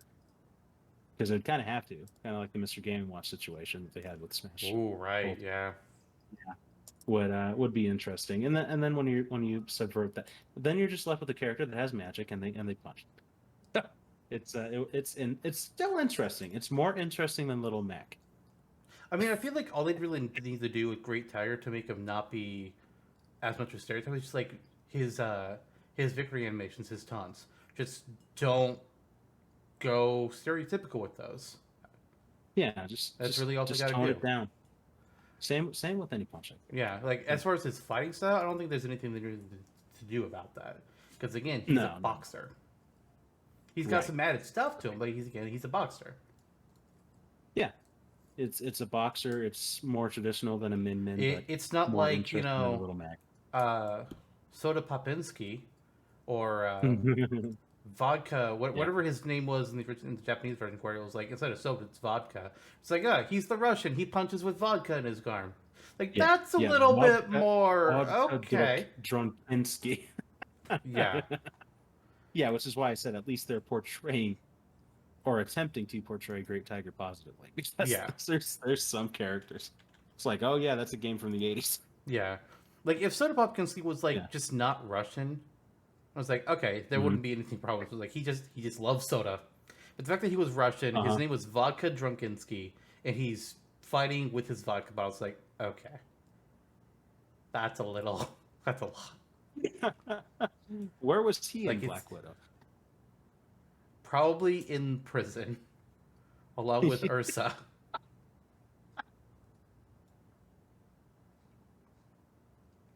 Hi, Moo. Hi, Moo. What do you got with these people? We got Chell and Great Tiger here.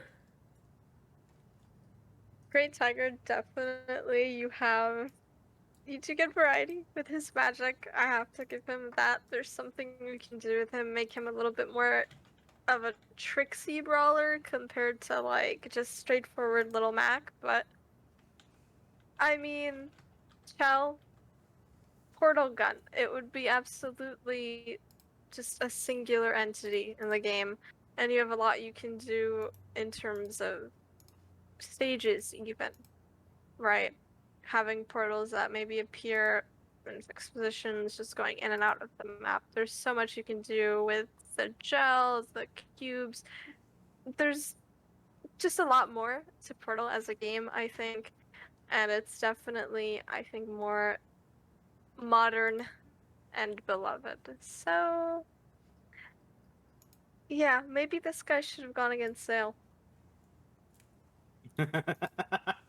but Lister is a man of analytics, so I know that I can't be pissed off at him personally because it really is the system. So at least listen, what I do is I put the characters, I type them up, I put them in the bracket, I hit randomize seeds 5 times, mm-hmm. and then the bracket's like, all right, these are the seeds. I know what to do, and it pits them according to seeding. And yeah, yep.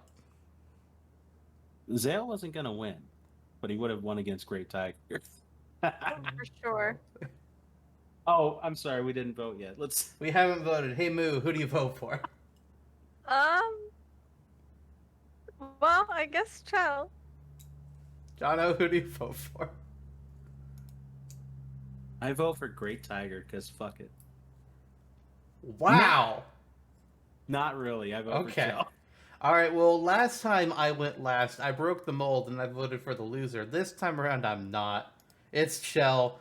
You're moving forward. Great Tiger. Honestly, I think you'd be a fun, weird character to put in, but not better than Chell. Not. No. At all. No. Not a chance in hell.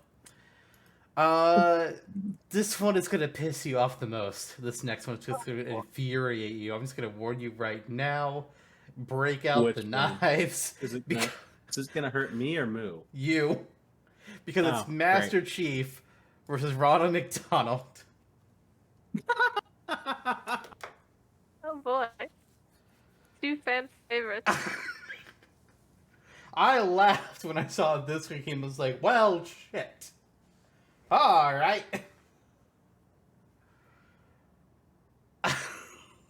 Okay.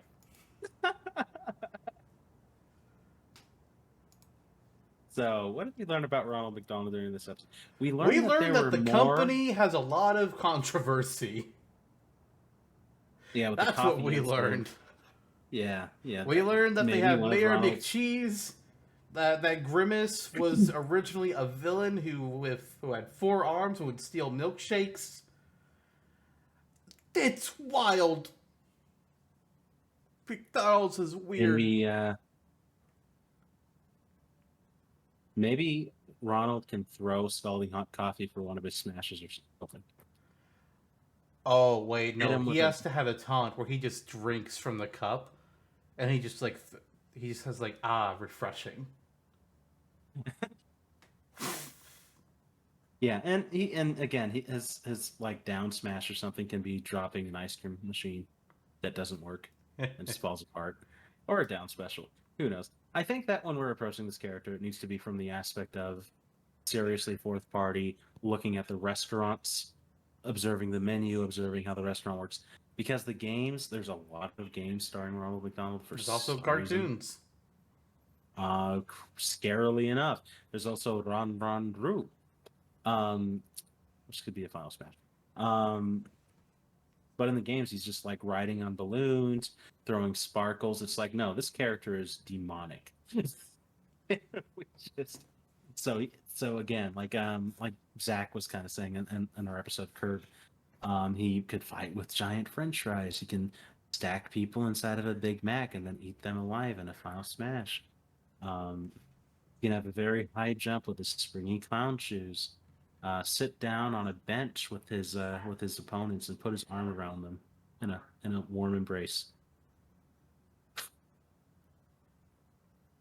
the ice cream machine somewhere. Got to be a little facetious with it. Yeah, there's a workaround. There's workarounds with this character that make it just the thought of it is absolutely absurd. Then of course the key has all of his friends. You have the Fry Guys, Grimace, Hamburglar, Mayor McCheese, the one with the bill. I don't know. Just Birdie. characters. What a great. Oh yeah, Birdie the early bird. It says it There's right there on my also screen. the Frylings and the Yep. McNugget people. Yep. So Birdie, does she like birth the McNuggets? That's not something I want to think about.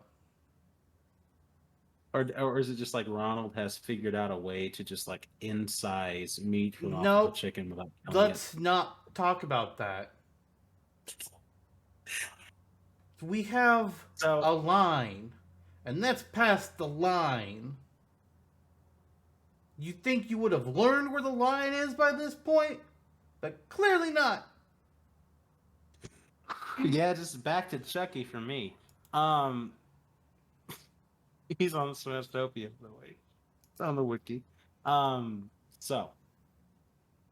And then, and then, so who the hell is Masters? Like, who plays those games? What is Halo? A lot of people play those games, actually. Enough for there to be 7 main games. I guess 9 if you count the 2 Halo Wars games. And there's going to be another one here very soon. Infinite, it's kind of heavily talked about. Mhm. But Master Chief, he is the super soldier, essentially, for the Halo games. Like, there's other people who have, like, the same Covenant training and experimentation that I don't want them to bring them up to the level that Chief is. But Chief is the guy. It's like if you made a whole bunch of Captain Americas, but there's one who is Captain America. That's kind of who Master Chief is. He is when you need a job done, you call for the Chief. He has a variety of weapon types that he can use, both human. He's got the Covenant weapons. There's the weird fiery laser weapons from Halo 5. Halo 5 is weird. I don't care for it too much. You've got the energy sword. You've got the gravity hammer. You've got regular grenades, plasma grenades. You've got these weird sticks that you throw them and they stick to a wall. I don't know why they exist when you can just have plasma grenades, but whatever. I think they shoot spikes off an area. I don't know them. Yeah. But it's honestly interesting because we have 2 characters that are from Microsoft-owned companies now. Granted, they weren't originally Microsoft, with Banjo-Kazooie from Rare and Steve from Mojang.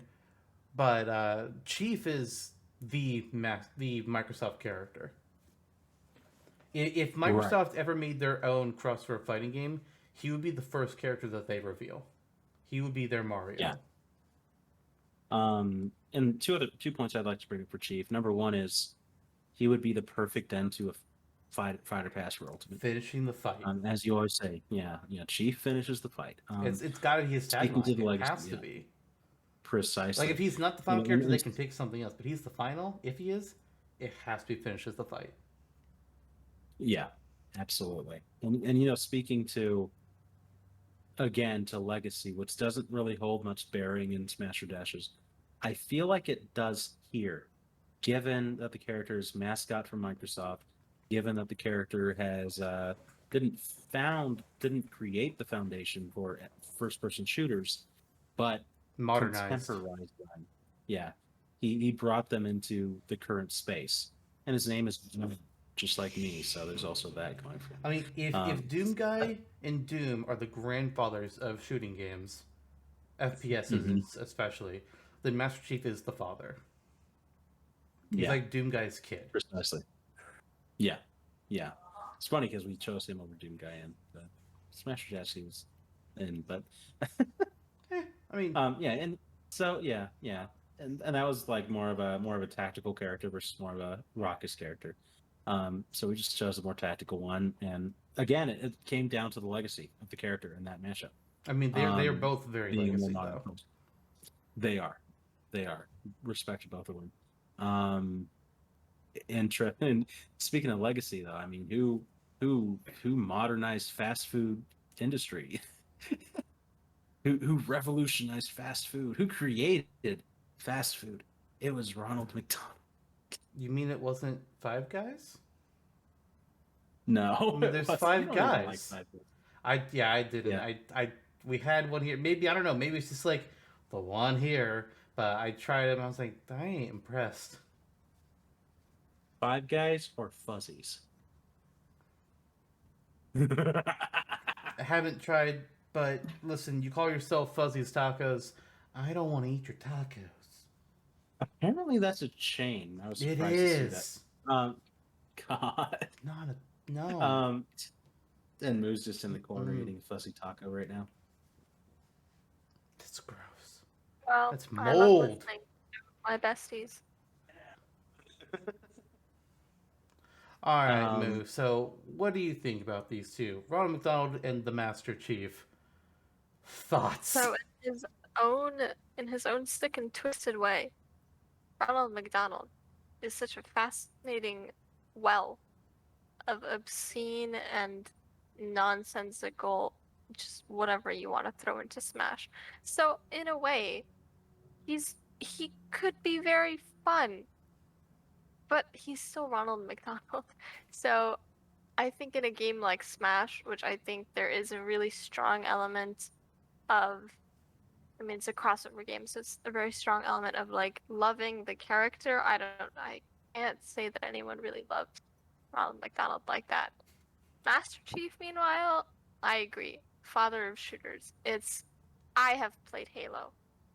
I'm not even a shooting person. I have played Same. Halo, and it's Yeah. had ups and downs, but definitely when it started, it was a very big moment in gaming. And I think that there's a lot you can do, not just with the various weapons, but I think even if we take just random things from the game, you could have even the flood themselves somehow thrown into the stage as an obstacle, or in some way added to Master Chief's moveset in some weird, wacky, zany way that they could think of. And it's Master Chief. So, you enough you said. have a flood as an assist trophy, but it's one of the ones where when you kill them, a whole burst of the little flood baby Yes, things come out, exactly. and they just rush whoever's in your body and explode on contact and damage you. He seems deceptively simplistic, but there's actually a lot that you can do with Halo and its lore. I also have to correct something because I mentioned the laser weapons and I said they were from Halo 5. No, I mean the ones from Halo 4. That's what I meant. Halo 4 is weird. I haven't finished it, but from what I played, not a fan. Right. Okay. Interesting. All right, well, let's get to the vote for these two. Moo, it's up to you again. Chief and Donald, what is it? Well, Father of Burgers is definitely a title, but Father of Shooter games have it for me. Jonno? I'm gonna go for Ronald McDonald Are you? because no, I'm not. I want to, but how can I? How can I? can you indeed? Listen, You vile man. We didn't even let Spider-Man make it past one round last year, I think, or did he? No. I don't remember, but I don't feel like he did. He did. One round. Okay, I'm gonna have to look now and see. Like, all right, who did you beat, Spider-Man? Who did you beat last year? Those guys that killed Uncle Ben. I mean, that is certainly a possibility. Zane, can you please? Stupid challenge. It's not letting me bring up last year's tournament. Can't even find it. But yeah, I do vote for Master Chief. The idea of Ronald is funny, but I mean, you can't. Maybe if he were up against Superhero, you know. I mean, or Lissandra or Great Tiger. Oh, Spider-Man beat the Octoling last year. That makes sense. Yeah. Yeah. I guess it does. I'll believe that. Okay, well, Ronald is gone now. Goodbye, you goofy clown. Never gonna see you again. Maybe Burger King would have had more of a chance. Nah. He would have had less of a chance. I will not vote for that creepy king. Next matchup. Interesting one. We have the crewmate / imposter from Among Us up against the Lich King from World of Warcraft, whose picture is also screwed up, so give me a moment to fix that. I had some issues with OBS wanting to deal with pictures, so it's a bit of a thing. Yeah. But let's see here. I should have another picture. There it is. There we go. Now he's fixed. All right. Among Us and World of Warcraft. Two very popular games. One is currently dealing with some stuff. That's a bit of a thing. But World of Warcraft, the Lich King, he's more or less like, I think, the primary antagonist for the original base game, and I think also the first expansion from what I've been told, but don't quote me on that, because again, I haven't experienced it. In World of Warcraft is the grandfather of MMOs. It is what started everything. It got people brought into the craze, and most, if not all, MMOs have kind of looked up to it. Maybe looked up to it is the wrong thing to say, but like, there would not be any other MMOs really, or at least they wouldn't be as they are now without World of Warcraft and what it created. Yes, it's had its ups and downs. Right now, it's in a real big down. But we would not have Final Fantasy XIV. We would not have Wizard 101. We would not have Pirates of the Caribbean. We would not have EverQuest. We would not have Seven Swords without World of Warcraft. It just wouldn't be a thing. It wouldn't. And the Lich King, he is... honestly has some similar abilities to Lissandra. He is very ice-focused. He has ice-based elemental moves, and he also is a Lich King. So, necromancy, zombies, skeleton, the whole loving thing. He's got all that available to him. And then you have Among Us, which started out as a nothing game, and it just exploded randomly during the craziness that was 2020. And it has become a big old meme. There are Among Us costumes in Fall Guys. There is Among Us references that has been found recently in code for Fortnite, which has me going, what? How? Oh boy. What is this? How's Zael gonna fit into this? I don't understand. It's weird. But the way we kind of talked about Among Us in their previous episode was one of the cool things you would be able to do is like, you obviously you can change your color between the different things, but also it's a unique thing for the character. It's a thing of like, okay, who's the crewmate and who's the imposter? Well, what if you can just like tap on your character's name and it just switches between crewmate and imposter, so you can be either or and whatever color you want. It'd be a unique thing that smashes them for any other character. Because we have had ones where like the name will change based on your costume, like again the Koopalings, or Minecraft Steve. It'll change between like Alex, Enderman, Zombie. But we don't have a character where you can purposely change the name but keep your same costume. And I feel like the crewmate / imposter is the perfect choice for that idea. Attacks wise, again, like Phoenix Wright, they're not a regular fighter. They run around, they do tasks.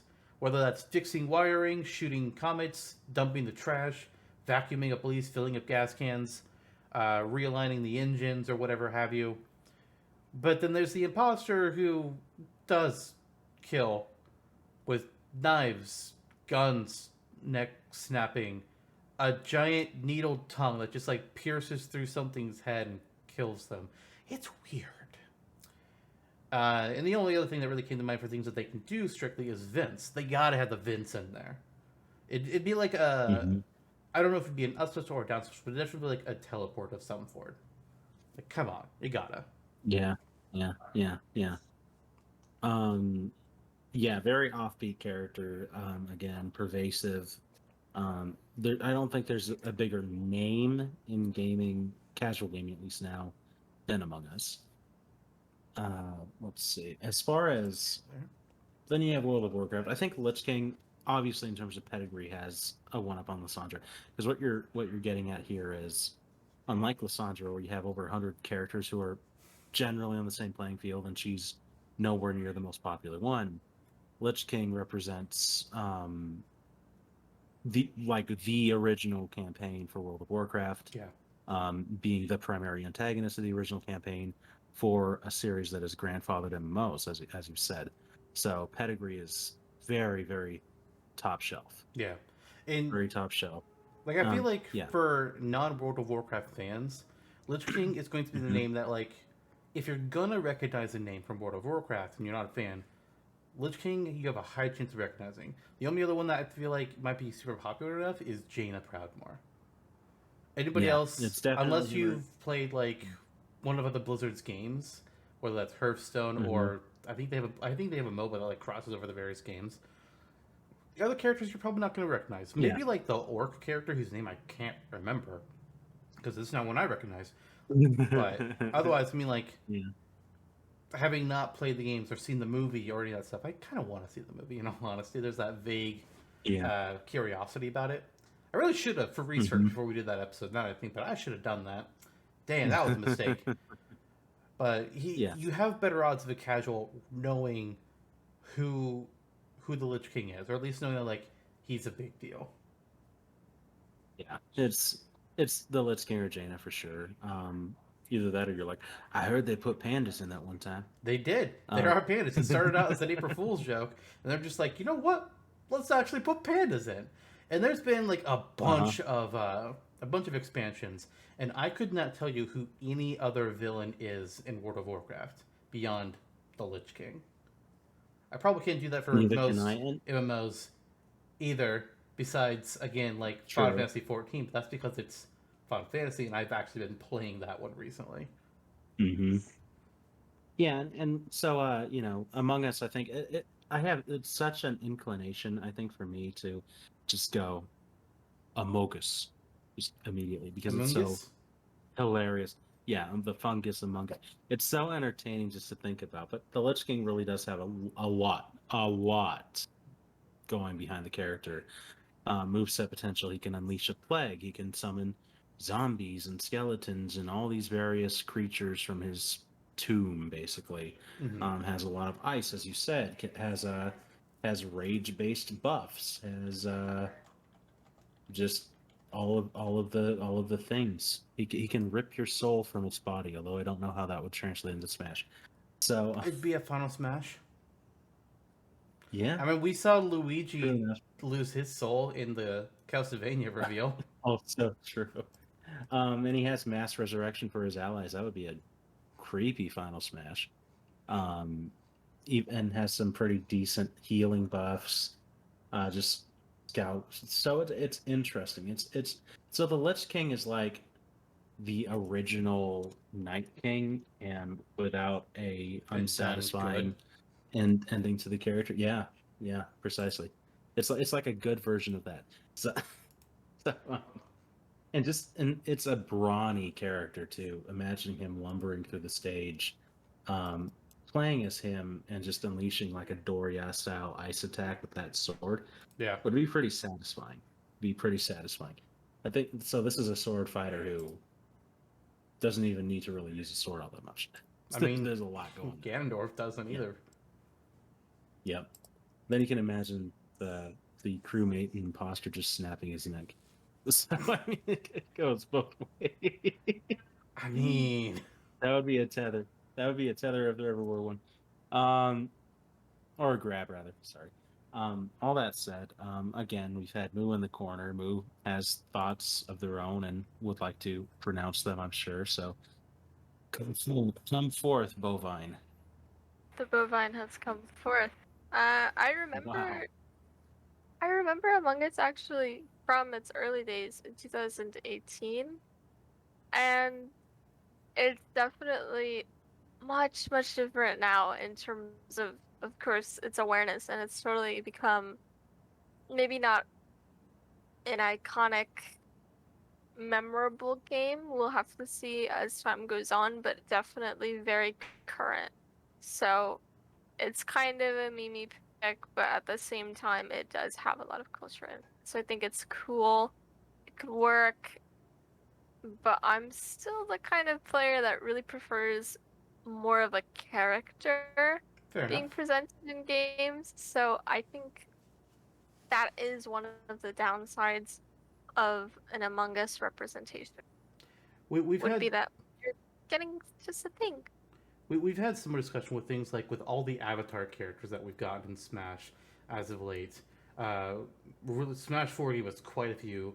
Villager, Wii Fit Trainer, Robin. We also got Corrin as DLC.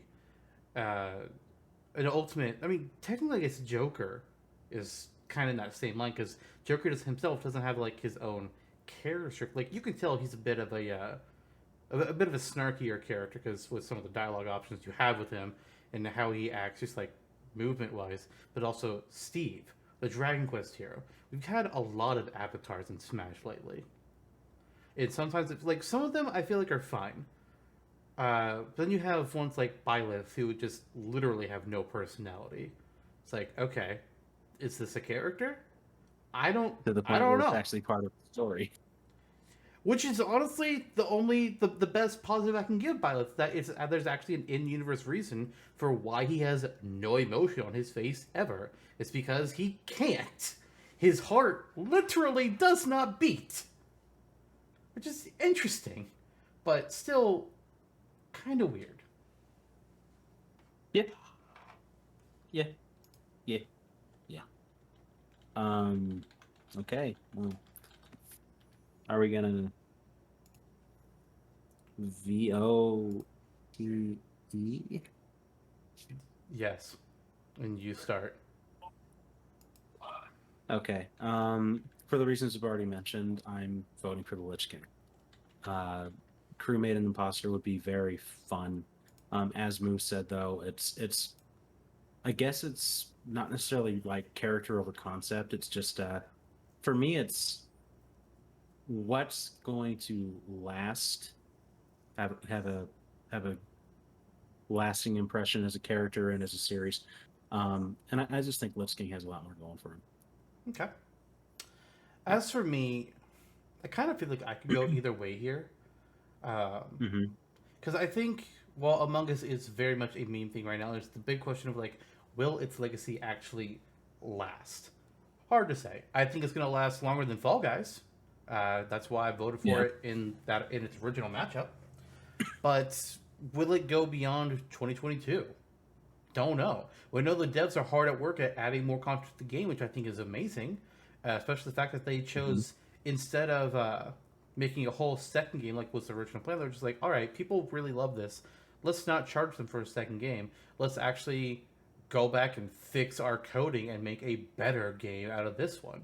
Like I respect the hell out of them for that. Most companies would not do that. And then you have Nintendo would not do that. then you have the Lich King, who, while I personally don't give a whole lot about World of Warcraft, it's just not something that interested me a whole lot. Like I gave it a try once, but it didn't pull me in. I can't deny its legacy. Like this is one of the things where it's like this is a huge legacy gaming character. It had a monumental impact on the gaming world. And while yes, again, it's not looking good right now for World of Warcraft or its company. Activision, Blizzard. Yeah. Terrible. There's a whole lot of stuff going We on do with not that. support that. Do not condone Do that. not. But I can't deny that, like, the word deserves is always a hard one that comes into discussion. But if we were going to get something that, like, if we were ever going to get an MMO character or MMO game represented in Smash, it's got to be World of Warcraft. Now, which character? I mean, you could do a character like Jaina. You could do one of the heroes. But I feel like Lich King is just, like, the best choice for that. But between the two of these, there's a big part of me that wants to say Among Us, because I just think that would be funny as hell. But Yeah, it would. It would. Yeah. I think I'm going to go Lich King. There's just too much there. Yeah. Okay. Down to the bovine again. It's already said. Plus the fact that I think it would be also fun to have another big boy character. And again, we don't have much ice in the game. I'm also gonna go for Lich King. All right. Well, Amogus, Begongus. Oh no, and you're face palming at my joke. All right. Well, it's the final matchup Good of the time. first round. We're about to meet the last two characters. After this, it's probably going to be a bit more of a blitz because we've already talked about everyone, Yeah. but we still got these last two to talk about. So let's get to it. Two ladies have been paired up against each other here. We start out with Lara Croft from Tomb Raider, and she's up against Lusamine from Oh, boy. Pokemon. All right. Um. So we have the legacy that is Tomb Raider, which has been rebooted twice. There are three distinct Tomb Raider timelines. Funnily enough, the one that the people talk about the least is the one that lasted the longest, with the second iteration of the character. The first one, I don't really know if there was much character to her, because that was like a lot of arcade games back then. I think more people, at least nowadays, know her as the more modern Tomb Raider for like Shadow of the Tomb Raider and whatnot in those games, where she's quite a bit younger than her previous incarnations. And there's a lot more focus on the survival aspect. She's got a bow. I mean, she can use guns too, but like a bow is more of her signature weapon here. We talked about before how like you could do a hodgepodge version of the character, which is like all three kind of like rolled into one, kind of like they did with Snake and with Link. Like you give her weapons from her different incarnations or artifacts. We mentioned she's had Thor's hammer in one game. There was a dagger that a guy stabbed himself with, and he turned into a dragon. There's things like that for her. And then you have Lusamine, who is a Pokemon trainer and villain. So far, Pokemon is most represented by just the Pokemon themselves, with exception to the Pokemon trainer from the original games. Although he's really, again, not even the character. It's Squirtle, it's Ivysaur, it's Charizard. He's just in the back controlling them. When we talked about Lucy before, we were like, yeah, you could do something like that. You could just have her be in the background like the Pokemon trainers and have her command through from Pokemon that you swap between. Or have her be on the battlefield. She's a villain, so who says that she wouldn't be more willing to throw a punch or a kick? And her specials can involve her sending out certain Pokemon to do an attack for her. And then like her final smash would involve Neolego, because she has a weird obsession with them. Clefable would definitely be one of her moves, because that's her ace Pokemon. Beyond that, I have to remember what her team even consisted of. She had Clefable, Lilligant, Mismagius, Milotic, and Beware. So you can definitely pick Pokemon from that. Oh, she also had Lopunny instead of Mismagius in the Ultra games. So there's 5 Pokemon that you can choose from for her special moves, and slap Neolego on her Final Smash, and you've got a character. Easy enough. Yeah. You do. And like of Pokemon villains, even just like not looking at Lusamine for a second here, the only other villain that I feel like is a better choice to add from Pokemon is Giovanni. Oh, like yeah. Archie Maxie, no. The Rocket Admins, Dumbasses. no. Cyrus, no. Getsis, oh, God, no. People might say In, but In is really more of a rival than he is a villain. Lysander, no. Rose, no. You could make a case for Guzma, also from the Sun and Moon games, which, fair enough. But I think Lusamine is a good choice to be like a playable Pokemon villain trainer. Yeah. So you're saying more of like almost like a summoning character than Pokemon trainer. I mean, that's how we discussed her in her episode. Yeah. That's interesting. That's interesting to me, and she's an interesting character. I think between her and Guzma, she's the more interesting character, more ubiquitous, I think. But nonetheless, I feel like those are fighting words, but I will give Lusamine the nod. Not because she's more interesting, but because she's the actual antagonist, while Guzma is more the distraction. Right. And then Lara Croft.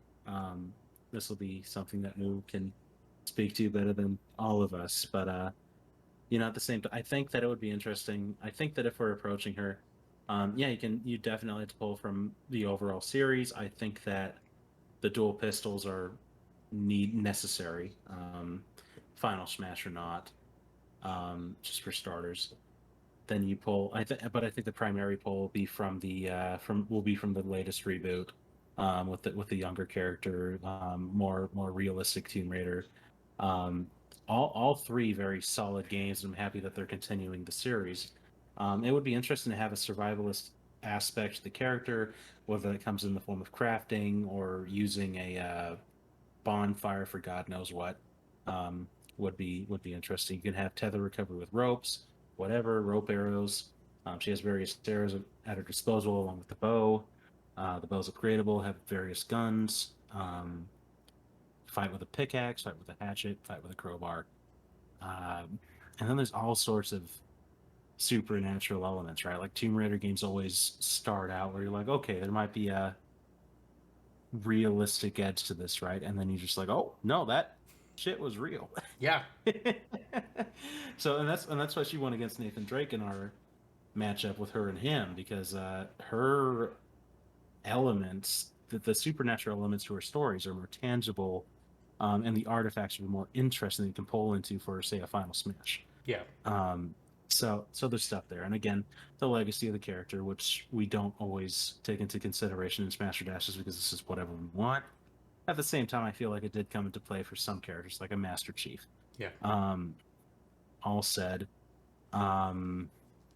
interesting matchup, because Lusamine is one of the more interesting picks for Pokemon as well, especially when you're choosing between the modern characters in Pokemon.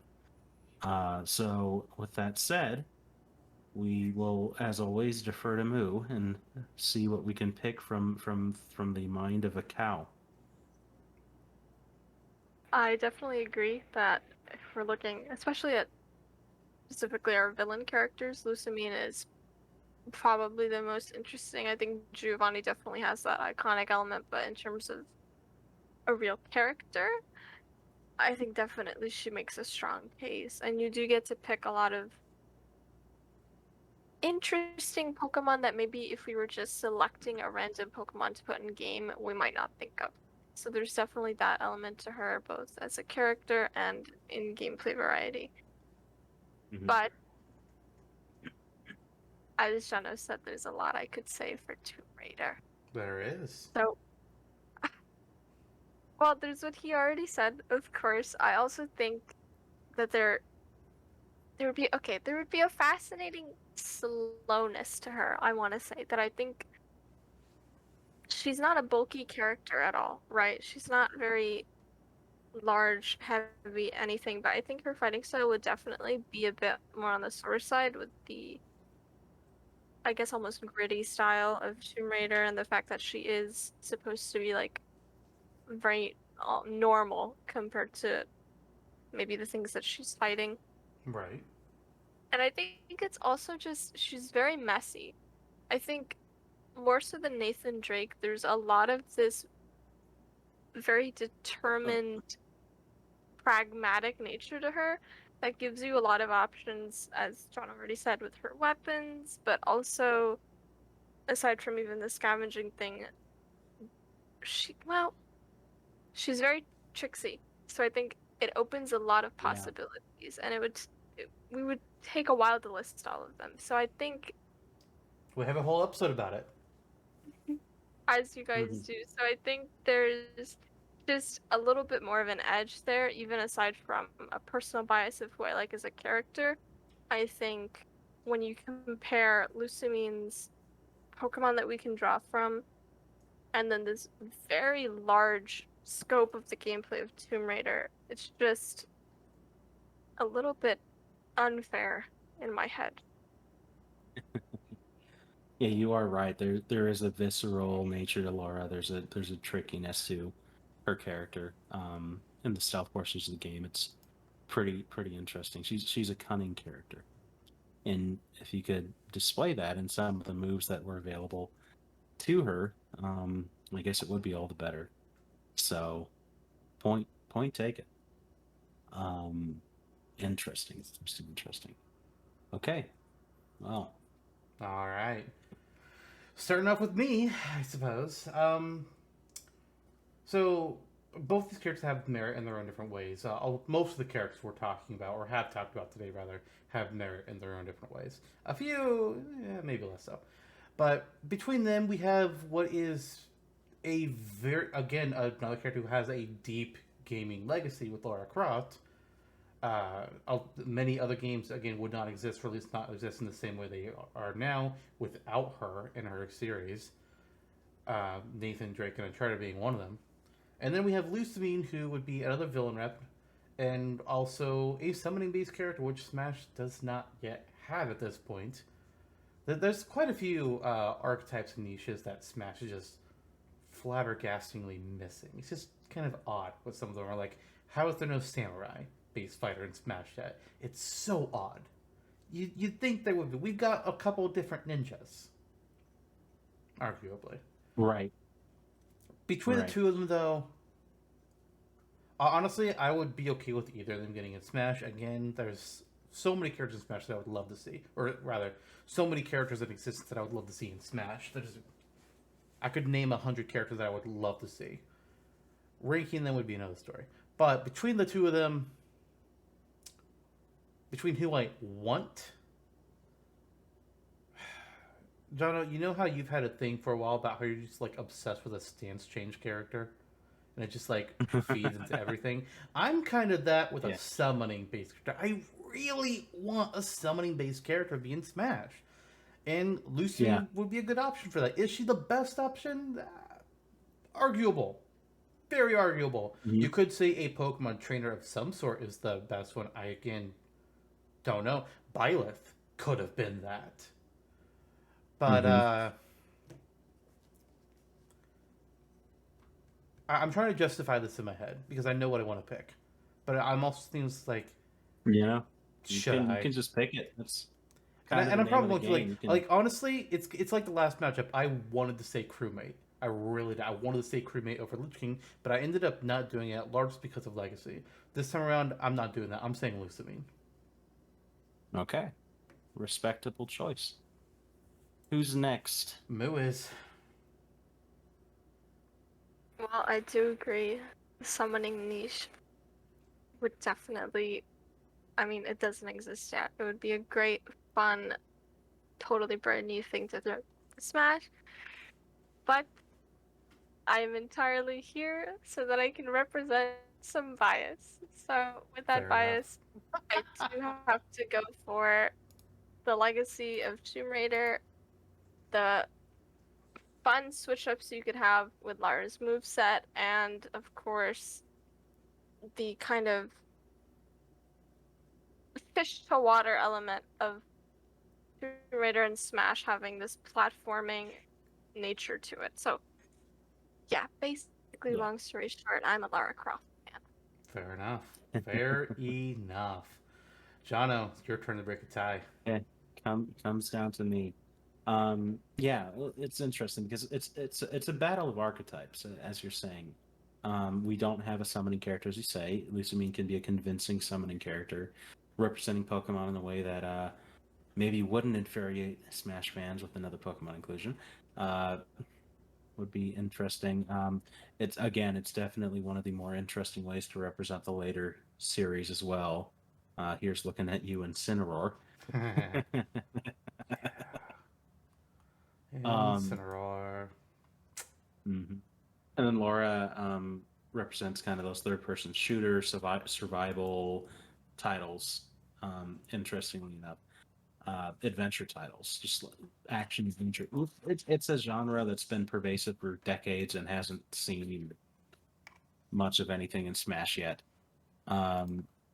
You can argue you've gotten close sometimes with certain characters, but from an action adventure standpoint, but there's a huge rift between Link and Lara Croft. Yeah. So, I mean, you could also say that, like, Lara Croft is one of those characters that'll be up there if you were making in terms of, like, these are the top female video game characters in history. Samus is up there for sure. Yeah. But Lara Croft also has to be in that conversation.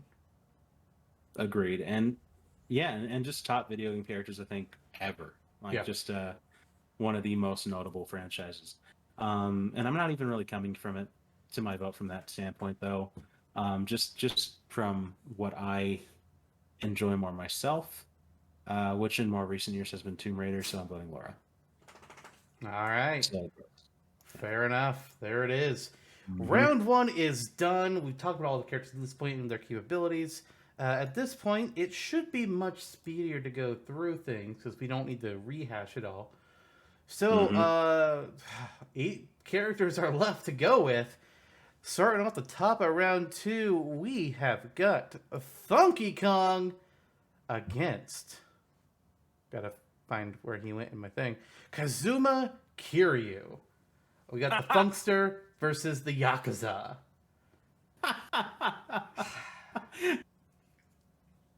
What a matchup. Yeah, this What has a been a lot more matchup. enjoyable than the first Tournament of Champions.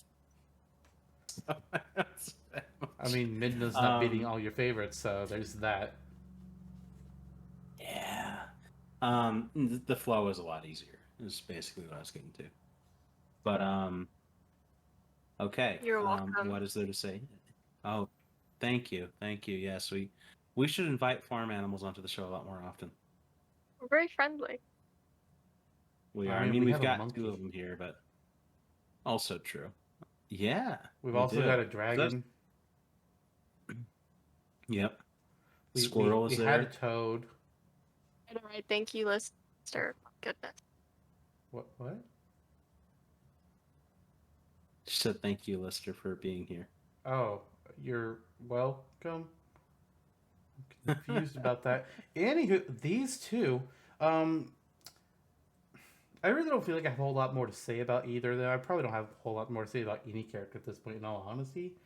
We got Funky Kong, who can work like a Donkey Kong, but maybe a little bit different. He's got his surfboard, he's got his plate, he's got barrel blasts, he's got bongos.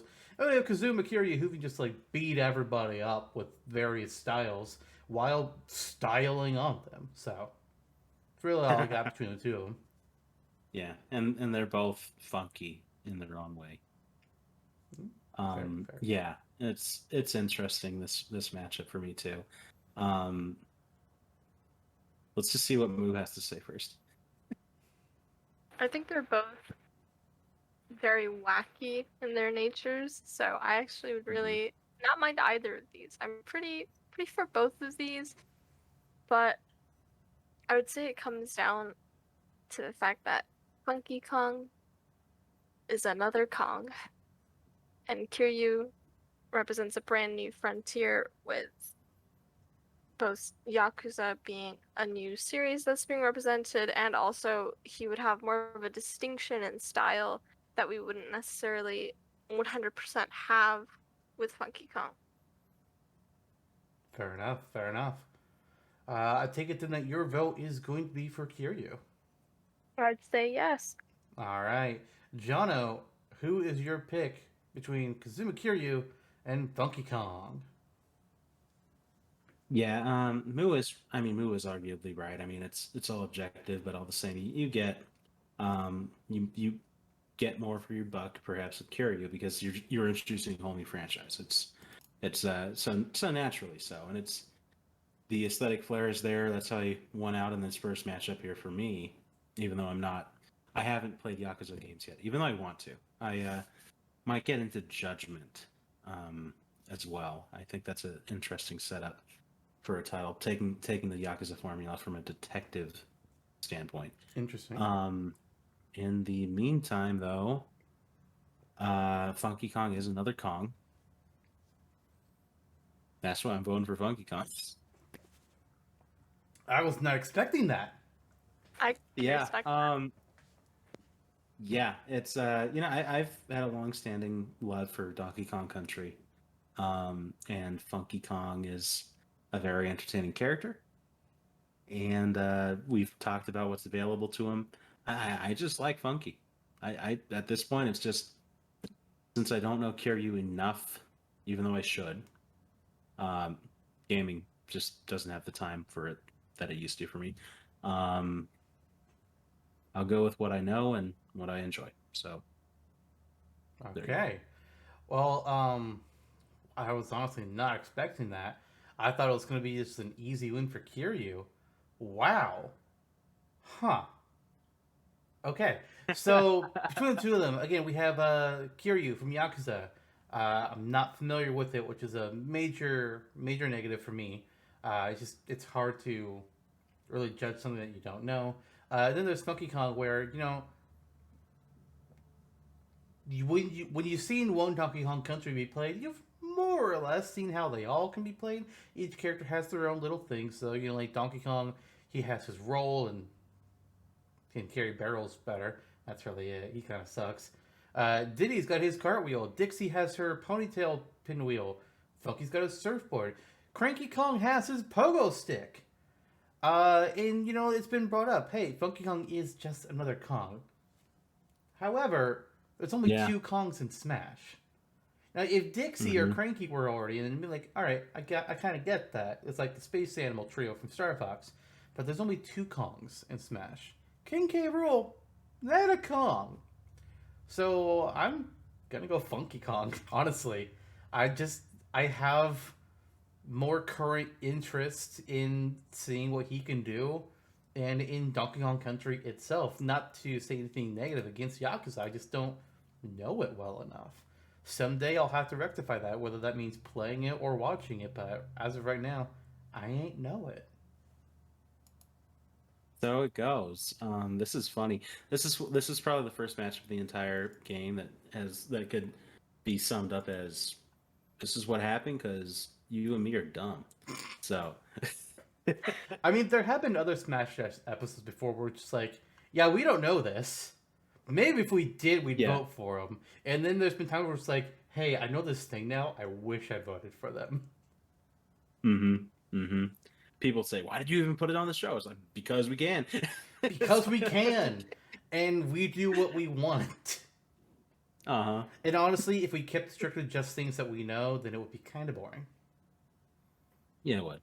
It would. Like, would Eddie Riggs be on here? Would the Lich King? No. They wouldn't. Would Great Tiger? Nope. None of those. Nope. Next matchup, though. Hey, it's the return of Eddie Riggs and Phoenix Wright. Well, nice. I love both of these options. This sucks. You do, but there's one that's with a legacy, and at this point, I mean, you've it's won one of my one favorite character series. for a very, very long time, and I think that you know what you're voting for. Yeah, but that said, I'm not the first vote here. It's you. Okay. Eddie has a lot more under his belt than his kind of comical, very comical disposition True. portrays. There's a lot going there. I'm very tempted to vote for him because it's funny and also just more developed than you'd think for being funny. Phoenix Wright is funny while having a huge gaming legacy, being a top Capcom choice, being a top third-party choice for Nintendo in general, and yeah, coming from a series that you have historically supported on this show and in Smash communities in general. I haven't talked about Phoenix as much. I don't know him as much as you do. I haven't played the games as thoroughly as you have, or Moo for that matter. But I do appreciate the character, and I know that he's a very solid choice, well-rounded choice. And his games are fun. Like they also kind of modernized the visual novel genre in gaming. Had it not been for Phoenix Wright titles, Ace Attorney titles, we wouldn't really have. It wouldn't be the Famicom Detective Club that would be around today. Because even the modern titles of those games are a little rough around the edges. I mean, the modern title is just a remake of the first two games, so yeah, true enough. There's and that's sprinted off into a lot of other awesome visual novels like 999 or Dream Daddy. Danganronpa, yeah, that's right. So I vote for Phoenix. I mean, at this point, I can't not vote for Phoenix. All right. As for me, I mean, you would all expect me to vote for Phoenix. I mean, that's kind of Please. sounds like that's what you're saying. But what if I did? I mean, listen. Eddie Riggs is hilarious. I'll probably make a moveset for him one day just because I think it'd be fun to kind of dig into him a little bit. But Phoenix, right? Ace Attorney. I have to. Are there other characters who I would vote for above Phoenix? Yes. Is Eddie Riggs one of those characters? No. It's Funky Kong. We'll find out. We'll find out. Moo, we have a winner, but what is your vote? Well, nothing new here. I agree. Eddie Riggs be very fun. He brings a lot to the table, and he would be very unique. But it's Ace Attorney. It is Ace There Attorney. you go. There you go. All right, sorry, Eddie, but maybe you'll have better luck when the God of Rock revives you in another world again. Sending Riggs to the Briggs. All right, next up, we got two gun-wielding protagonists. We got Chell, and we got Master Chief. Oh. So, buddy. wow, There. there's a big matchup there for these two. Not sure how this one will actually go down. Mm-hmm. And I have to first vote with this time around. Yeah. And I don't know what to do here. Because we have Chell with the portal gun, which would be a crazy new mechanic in Smash. There's so much nonsense that you can do with that. I don't... It has the potential to break the game. Yeah. Kind of like how Steve programming created a lot of glitches. There were stage glitches found after Steve was released in Smash. Chell's portal gun has the potential to cause the same problems, and it will be an issue. That said, we don't care about that because we're not programmers. Then there's the Chief, who, again, the father of of shooters, FPS, modern FPS. He took the genre and just like, you know what, we can make you better, and he did. Halo 5, arguably 4, notwithstanding. But he's got that legacy behind him. He's got a variety of weapons.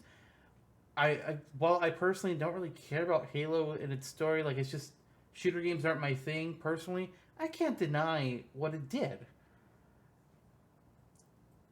I feel like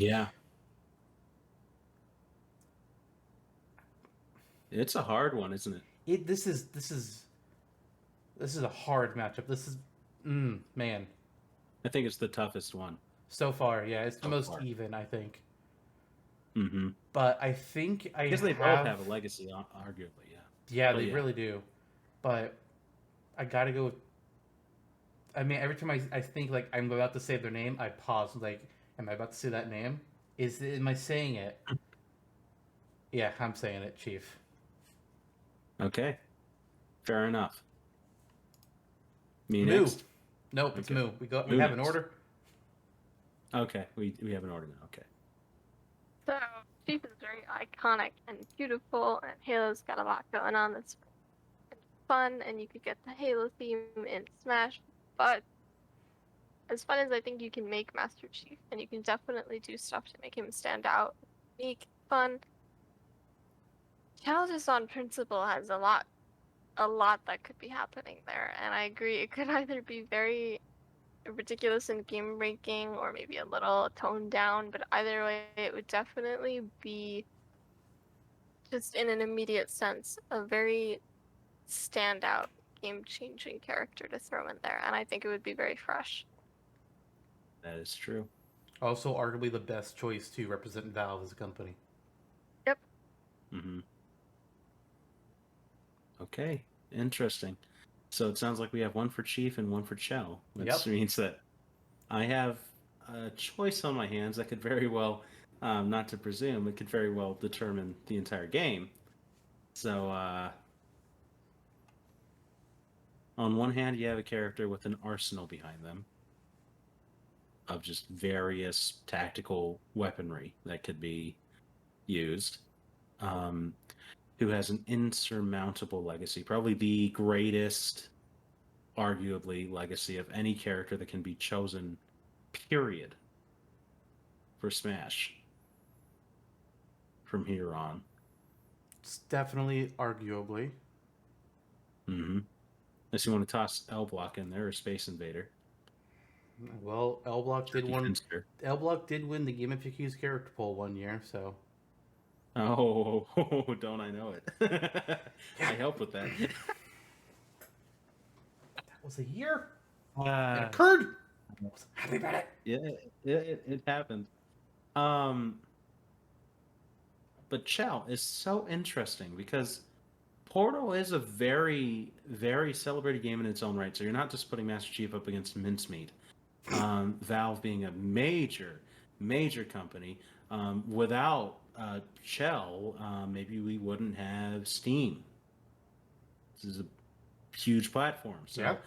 there's legacy argument there. And the Portal gun in general, just the idea, what a major innovation.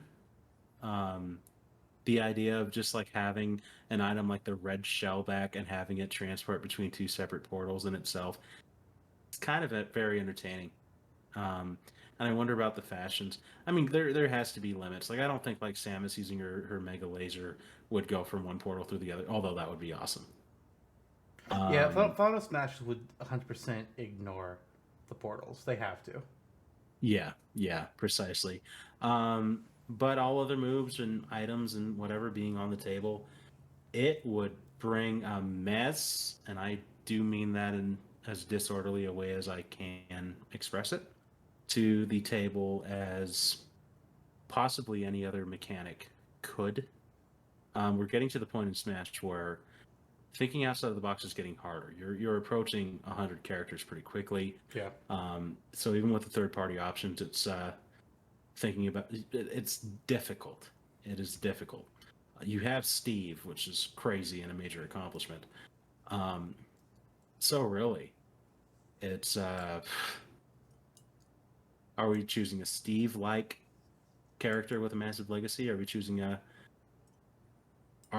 more straightforward but more impregnable character, I guess?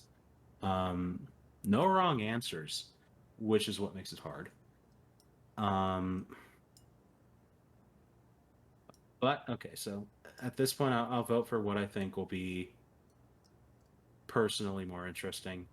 Not even necessarily who I'd play more as, but who I'd like to see in Smash more from the standpoint of mechanics, and I vote Chell. Fair enough.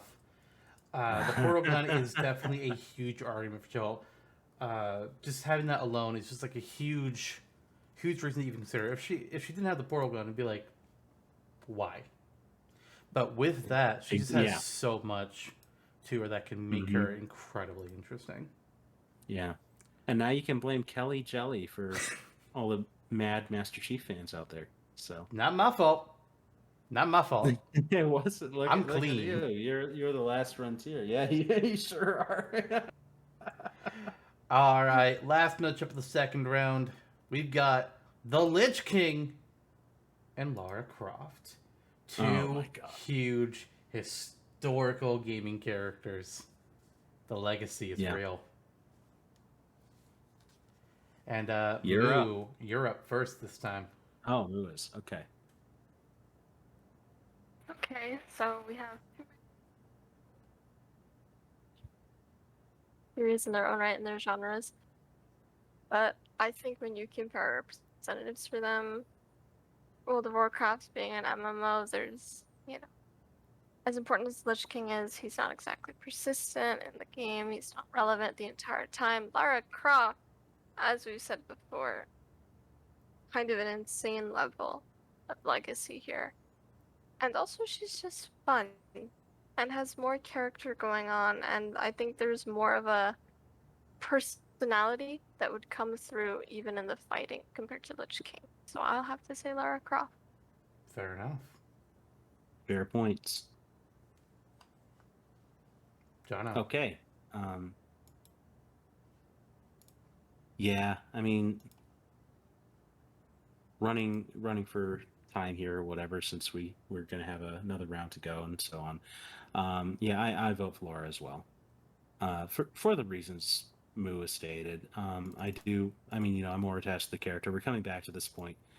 I've played Tomb Raider. I haven't played World of Warcraft. I recognize the Lich King has a lot on the table for the character. I would be very interested in seeing him. I can't say I'd be ecstatic because at this point, I don't know what I think about his company. Fair, fair. Yeah, and it's a shame because it solely is the name of Thrash and Spyro too. But although Spyro, come on, all this, it's a cool character. It has a lot of really awesome abilities. Represents a great franchise. So does Laura, and so it goes. All right.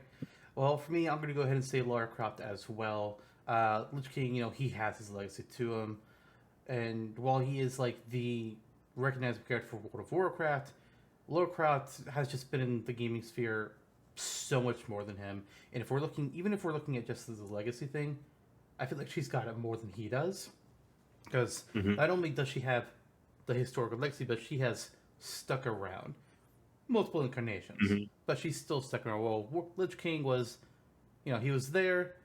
He got beat. I think he might have come back. Maybe it was like his pre-Lich King persona. I'm not entirely sure. I don't know. Wow, yeah. I don't.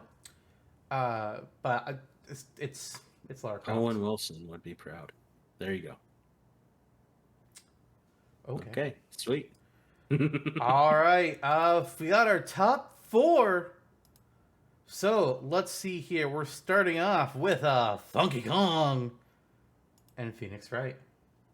2 animal characters. Interesting that they made it this far. It is very interesting that Funky's made it this far. Not wrong. And you're starting us off here with the vote. So what do you got? Funky's got a lot going for him in the scope of Donkey Kong. It's fair. It's true. He's a fun character. He's got fun in the name. He's lovable. Yeah, precisely. He's got fun, and he's the key. So, cool guy. I like the character. I would be pleased. I wouldn't just be ambivalent. I would be pleased with his inclusion. It would be funny. It would be entertaining. He's a very likable character. And I don't think many people would be against him. Phoenix Wright. It's Phoenix Wright. It's Phoenix Wright. We're voting for Phoenix. I think at this, I would like for the meme to survive, but it can't. It just can't. And Phoenix is kind of a meme unto himself. He just kind of did it to himself. So, Phoenix Wright. I mean, the meme already is no longer Amogus. Yeah, the funky a monkey. All right, well, you voted for Phoenix. It's no surprise. I gotta go for Phoenix Wright as well. I mean, come the fun on. I just like Ace Attorney too much. Come on, it's great. Moo. It's a great series. Monkey on a surfboard. Fascinating. I love it. He's adorable. Ace Attorney. Yep. But Funky Kong made the top 4. Good for you. He did. Very impressed. That's for awesome. Our little monkey man. That is awesome. Man, oh man. Okay, well, next up, the ladies are back. Chell, Lara Croft. Ooh. The debate between them continues. Man, okay. So for me, this really comes down to Portal Gun versus Lara Croft. Chell herself as a character just does not go into it at all because kind of like what we were talking about with the avatars earlier and Among Us. Chell is virtually like an avatar-like character. Like she doesn't talk. She doesn't have her own personality. She's just the players controlling this character, and we're just being her. She's our stand-in. Lara Croft has her own character, and that's largely what's coming to mind here for me is Portal Gun versus who Lara is as a character and all her various exploits in her history. And when I'm looking at them between that ways, yes, the Portal Gun is very interesting. It's very cool. It could cause some crazy ass shit. Mhm. It doesn't beat Lara Croft for me. It didn't beat Master Chief, and it's not going to beat Lara Croft for me. Good point. Moo. Actually, I do feel, as much as I love Lara Croft, I do feel kind of conflicted because Portal, even though it's not as long of a legacy, Portal is very iconic, and the Portal gun would be so interesting. But we all have our biases and our favorites, and one of mine is Lara Croft. Fair enough. Jonno, end it. Rip the Band-Aid off. I too am going Lara. All right. Lara Respectable Croft top two. has made it to the top two. But before we can talk about our top two, we got to find out who's going to be our third place winner. Mm-hmm. So, we have Chell already in here. Let's bring him back. He's finally here. Wait, no, that's the wrong one. It's Funky Kong. Funky Kong or Chell? Let's go. Okay. Moo, you start us off on this one. Oh boy. Wait, no. Do Oh you? my god. Yes, you do. You do. She does. Yeah. I seriously do think Funky Kong would be so fun. It's not even just because he's funny, it's the surfboard could be so cool. But it's a portal gun. And I feel like as much as I love the idea of Funky Kong being included, it's very difficult if we're just going based off of the potential mechanics of a character. It's really difficult to beat the novelty of what Chell brings to the table. So I have to go with Portal. Expected, I think. Yeah. Mm-hmm. All right, Jonno. Funky. It's Funky Kong. It's a funky guy. And I'm voting for Funky Kong. Okay. Funky Kong and Chell each have one vote.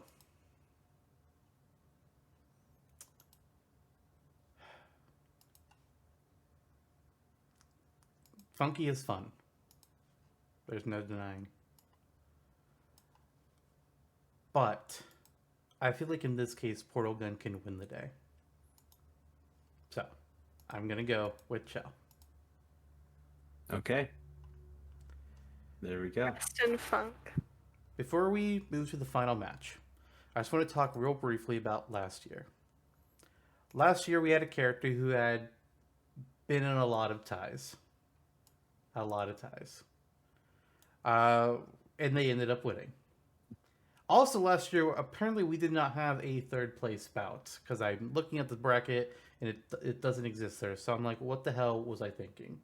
It would have been between Marshall and Ashley from WarioWare, just to put that out there. I don't know if we want to do a real quick vote just to settle that one. Just because, why not? Just to have it. For. You're voting for Marshall? Uh-huh. I'm voting for Ashley. Moo, settle it. Marshall versus Ashley. For last year's third place debate. Okay, wait, and these are both? Marshall from Rhythm Heaven, and Ashley from Oh, WarioWare. okay, hang on. Oh,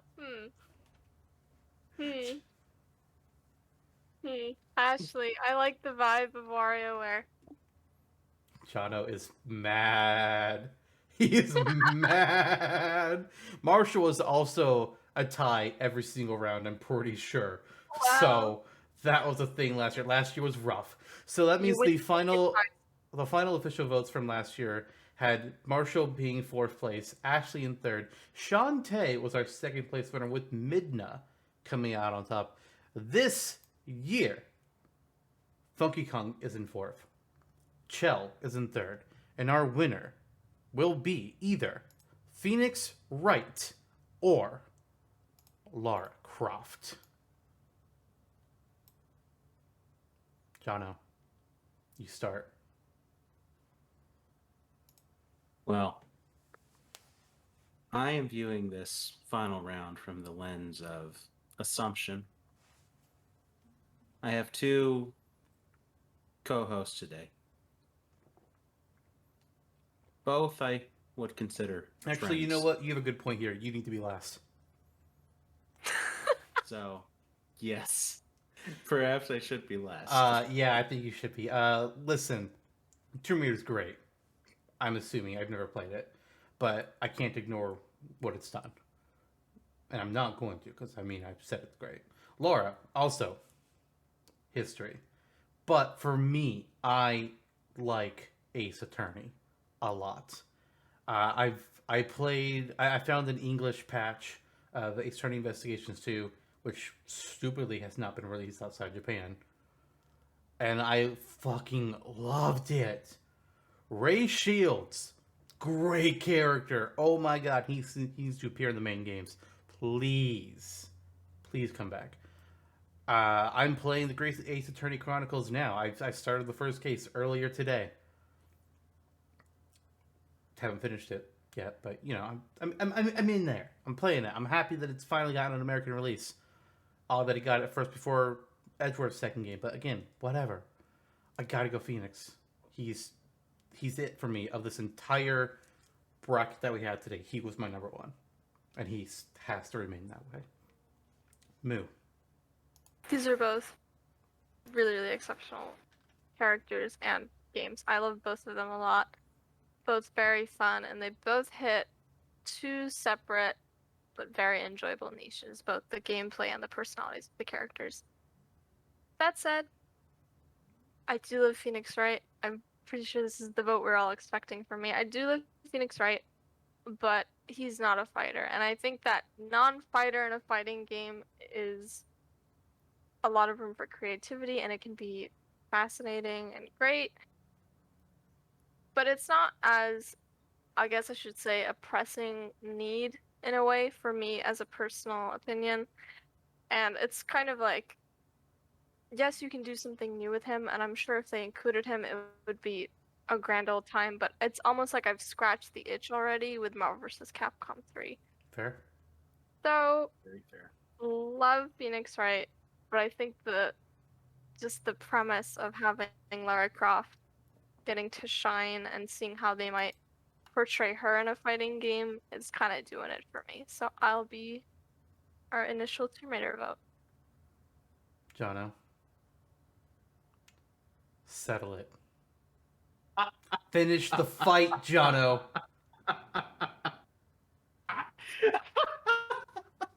You were born for this. We knew this day would come. I am so tickled. I am so tickled because Moo, you sold it.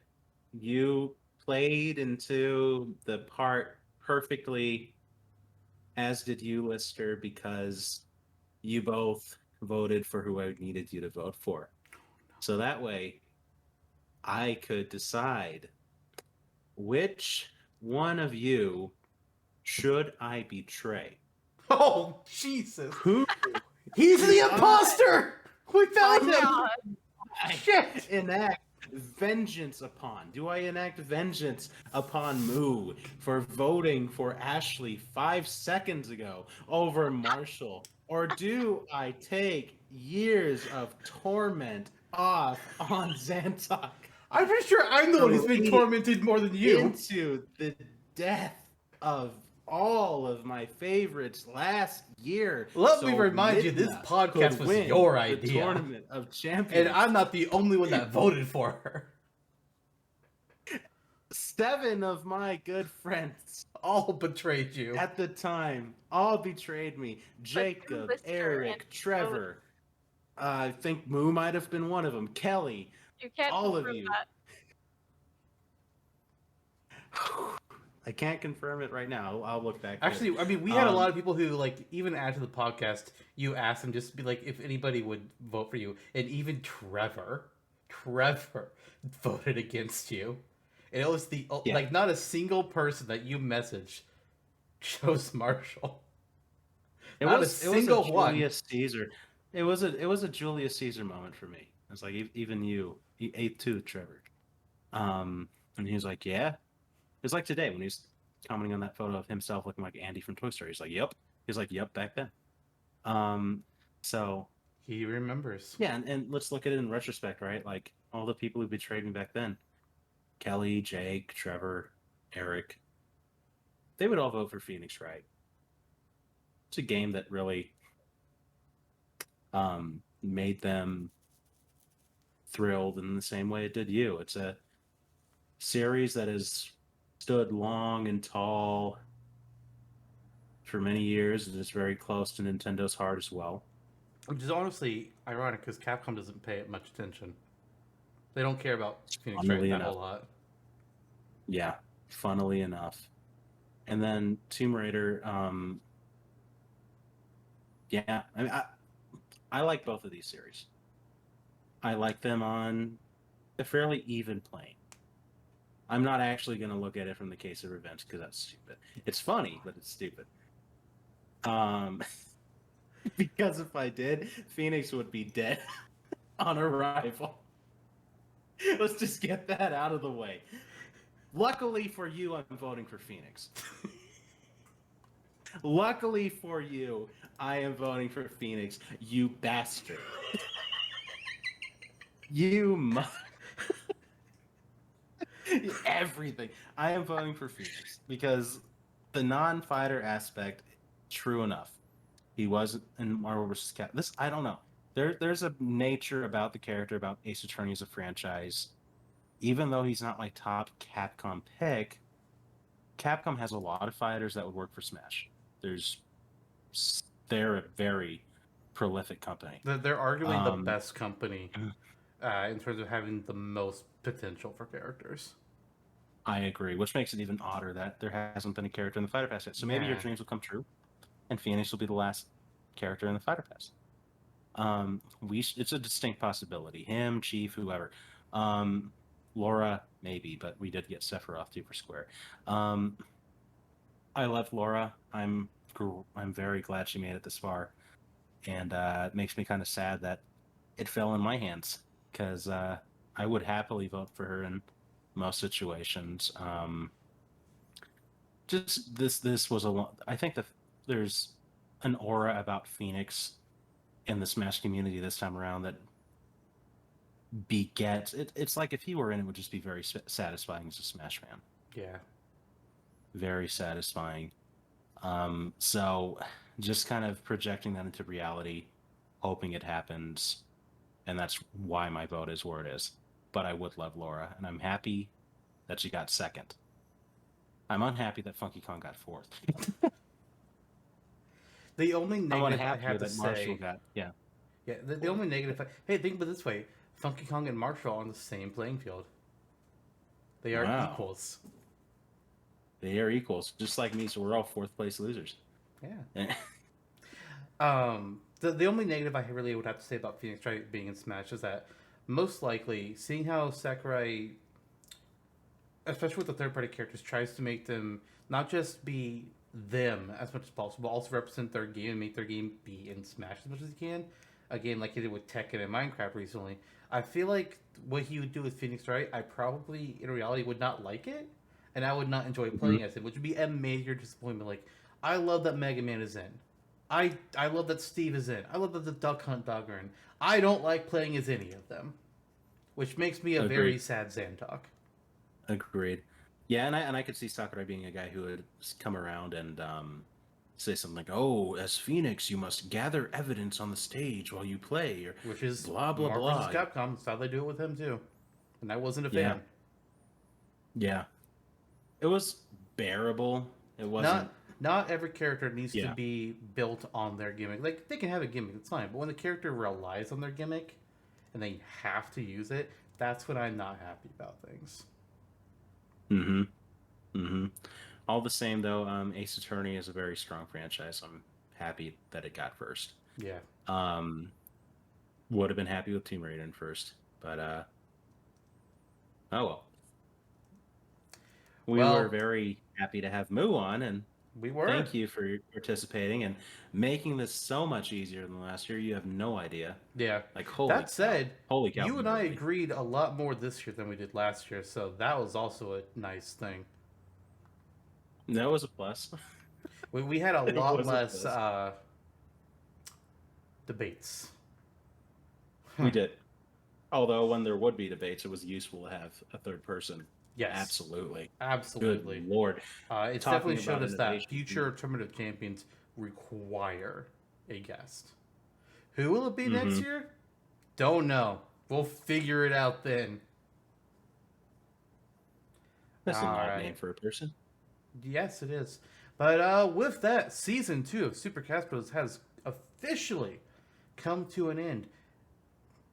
That said, you know, it's still going to be a new episode in 2 weeks because we don't stop. Next time around, season 3 Can't stop, on won't stop. topic. We're hitting you with another, kind of like this year where we started out talking about with Pokemon memories. Not really talking about Smash a whole lot. Next year, we're not going to talk about Smash a whole lot for it's the first on topic. Not really doing memories necessarily either, but we will be talking about a specific franchise and maybe what we could do in the future for Star Fox. So Things are going to get slippy. they might. They also might get peppy. We'll see you all then. Bye, everyone. All right.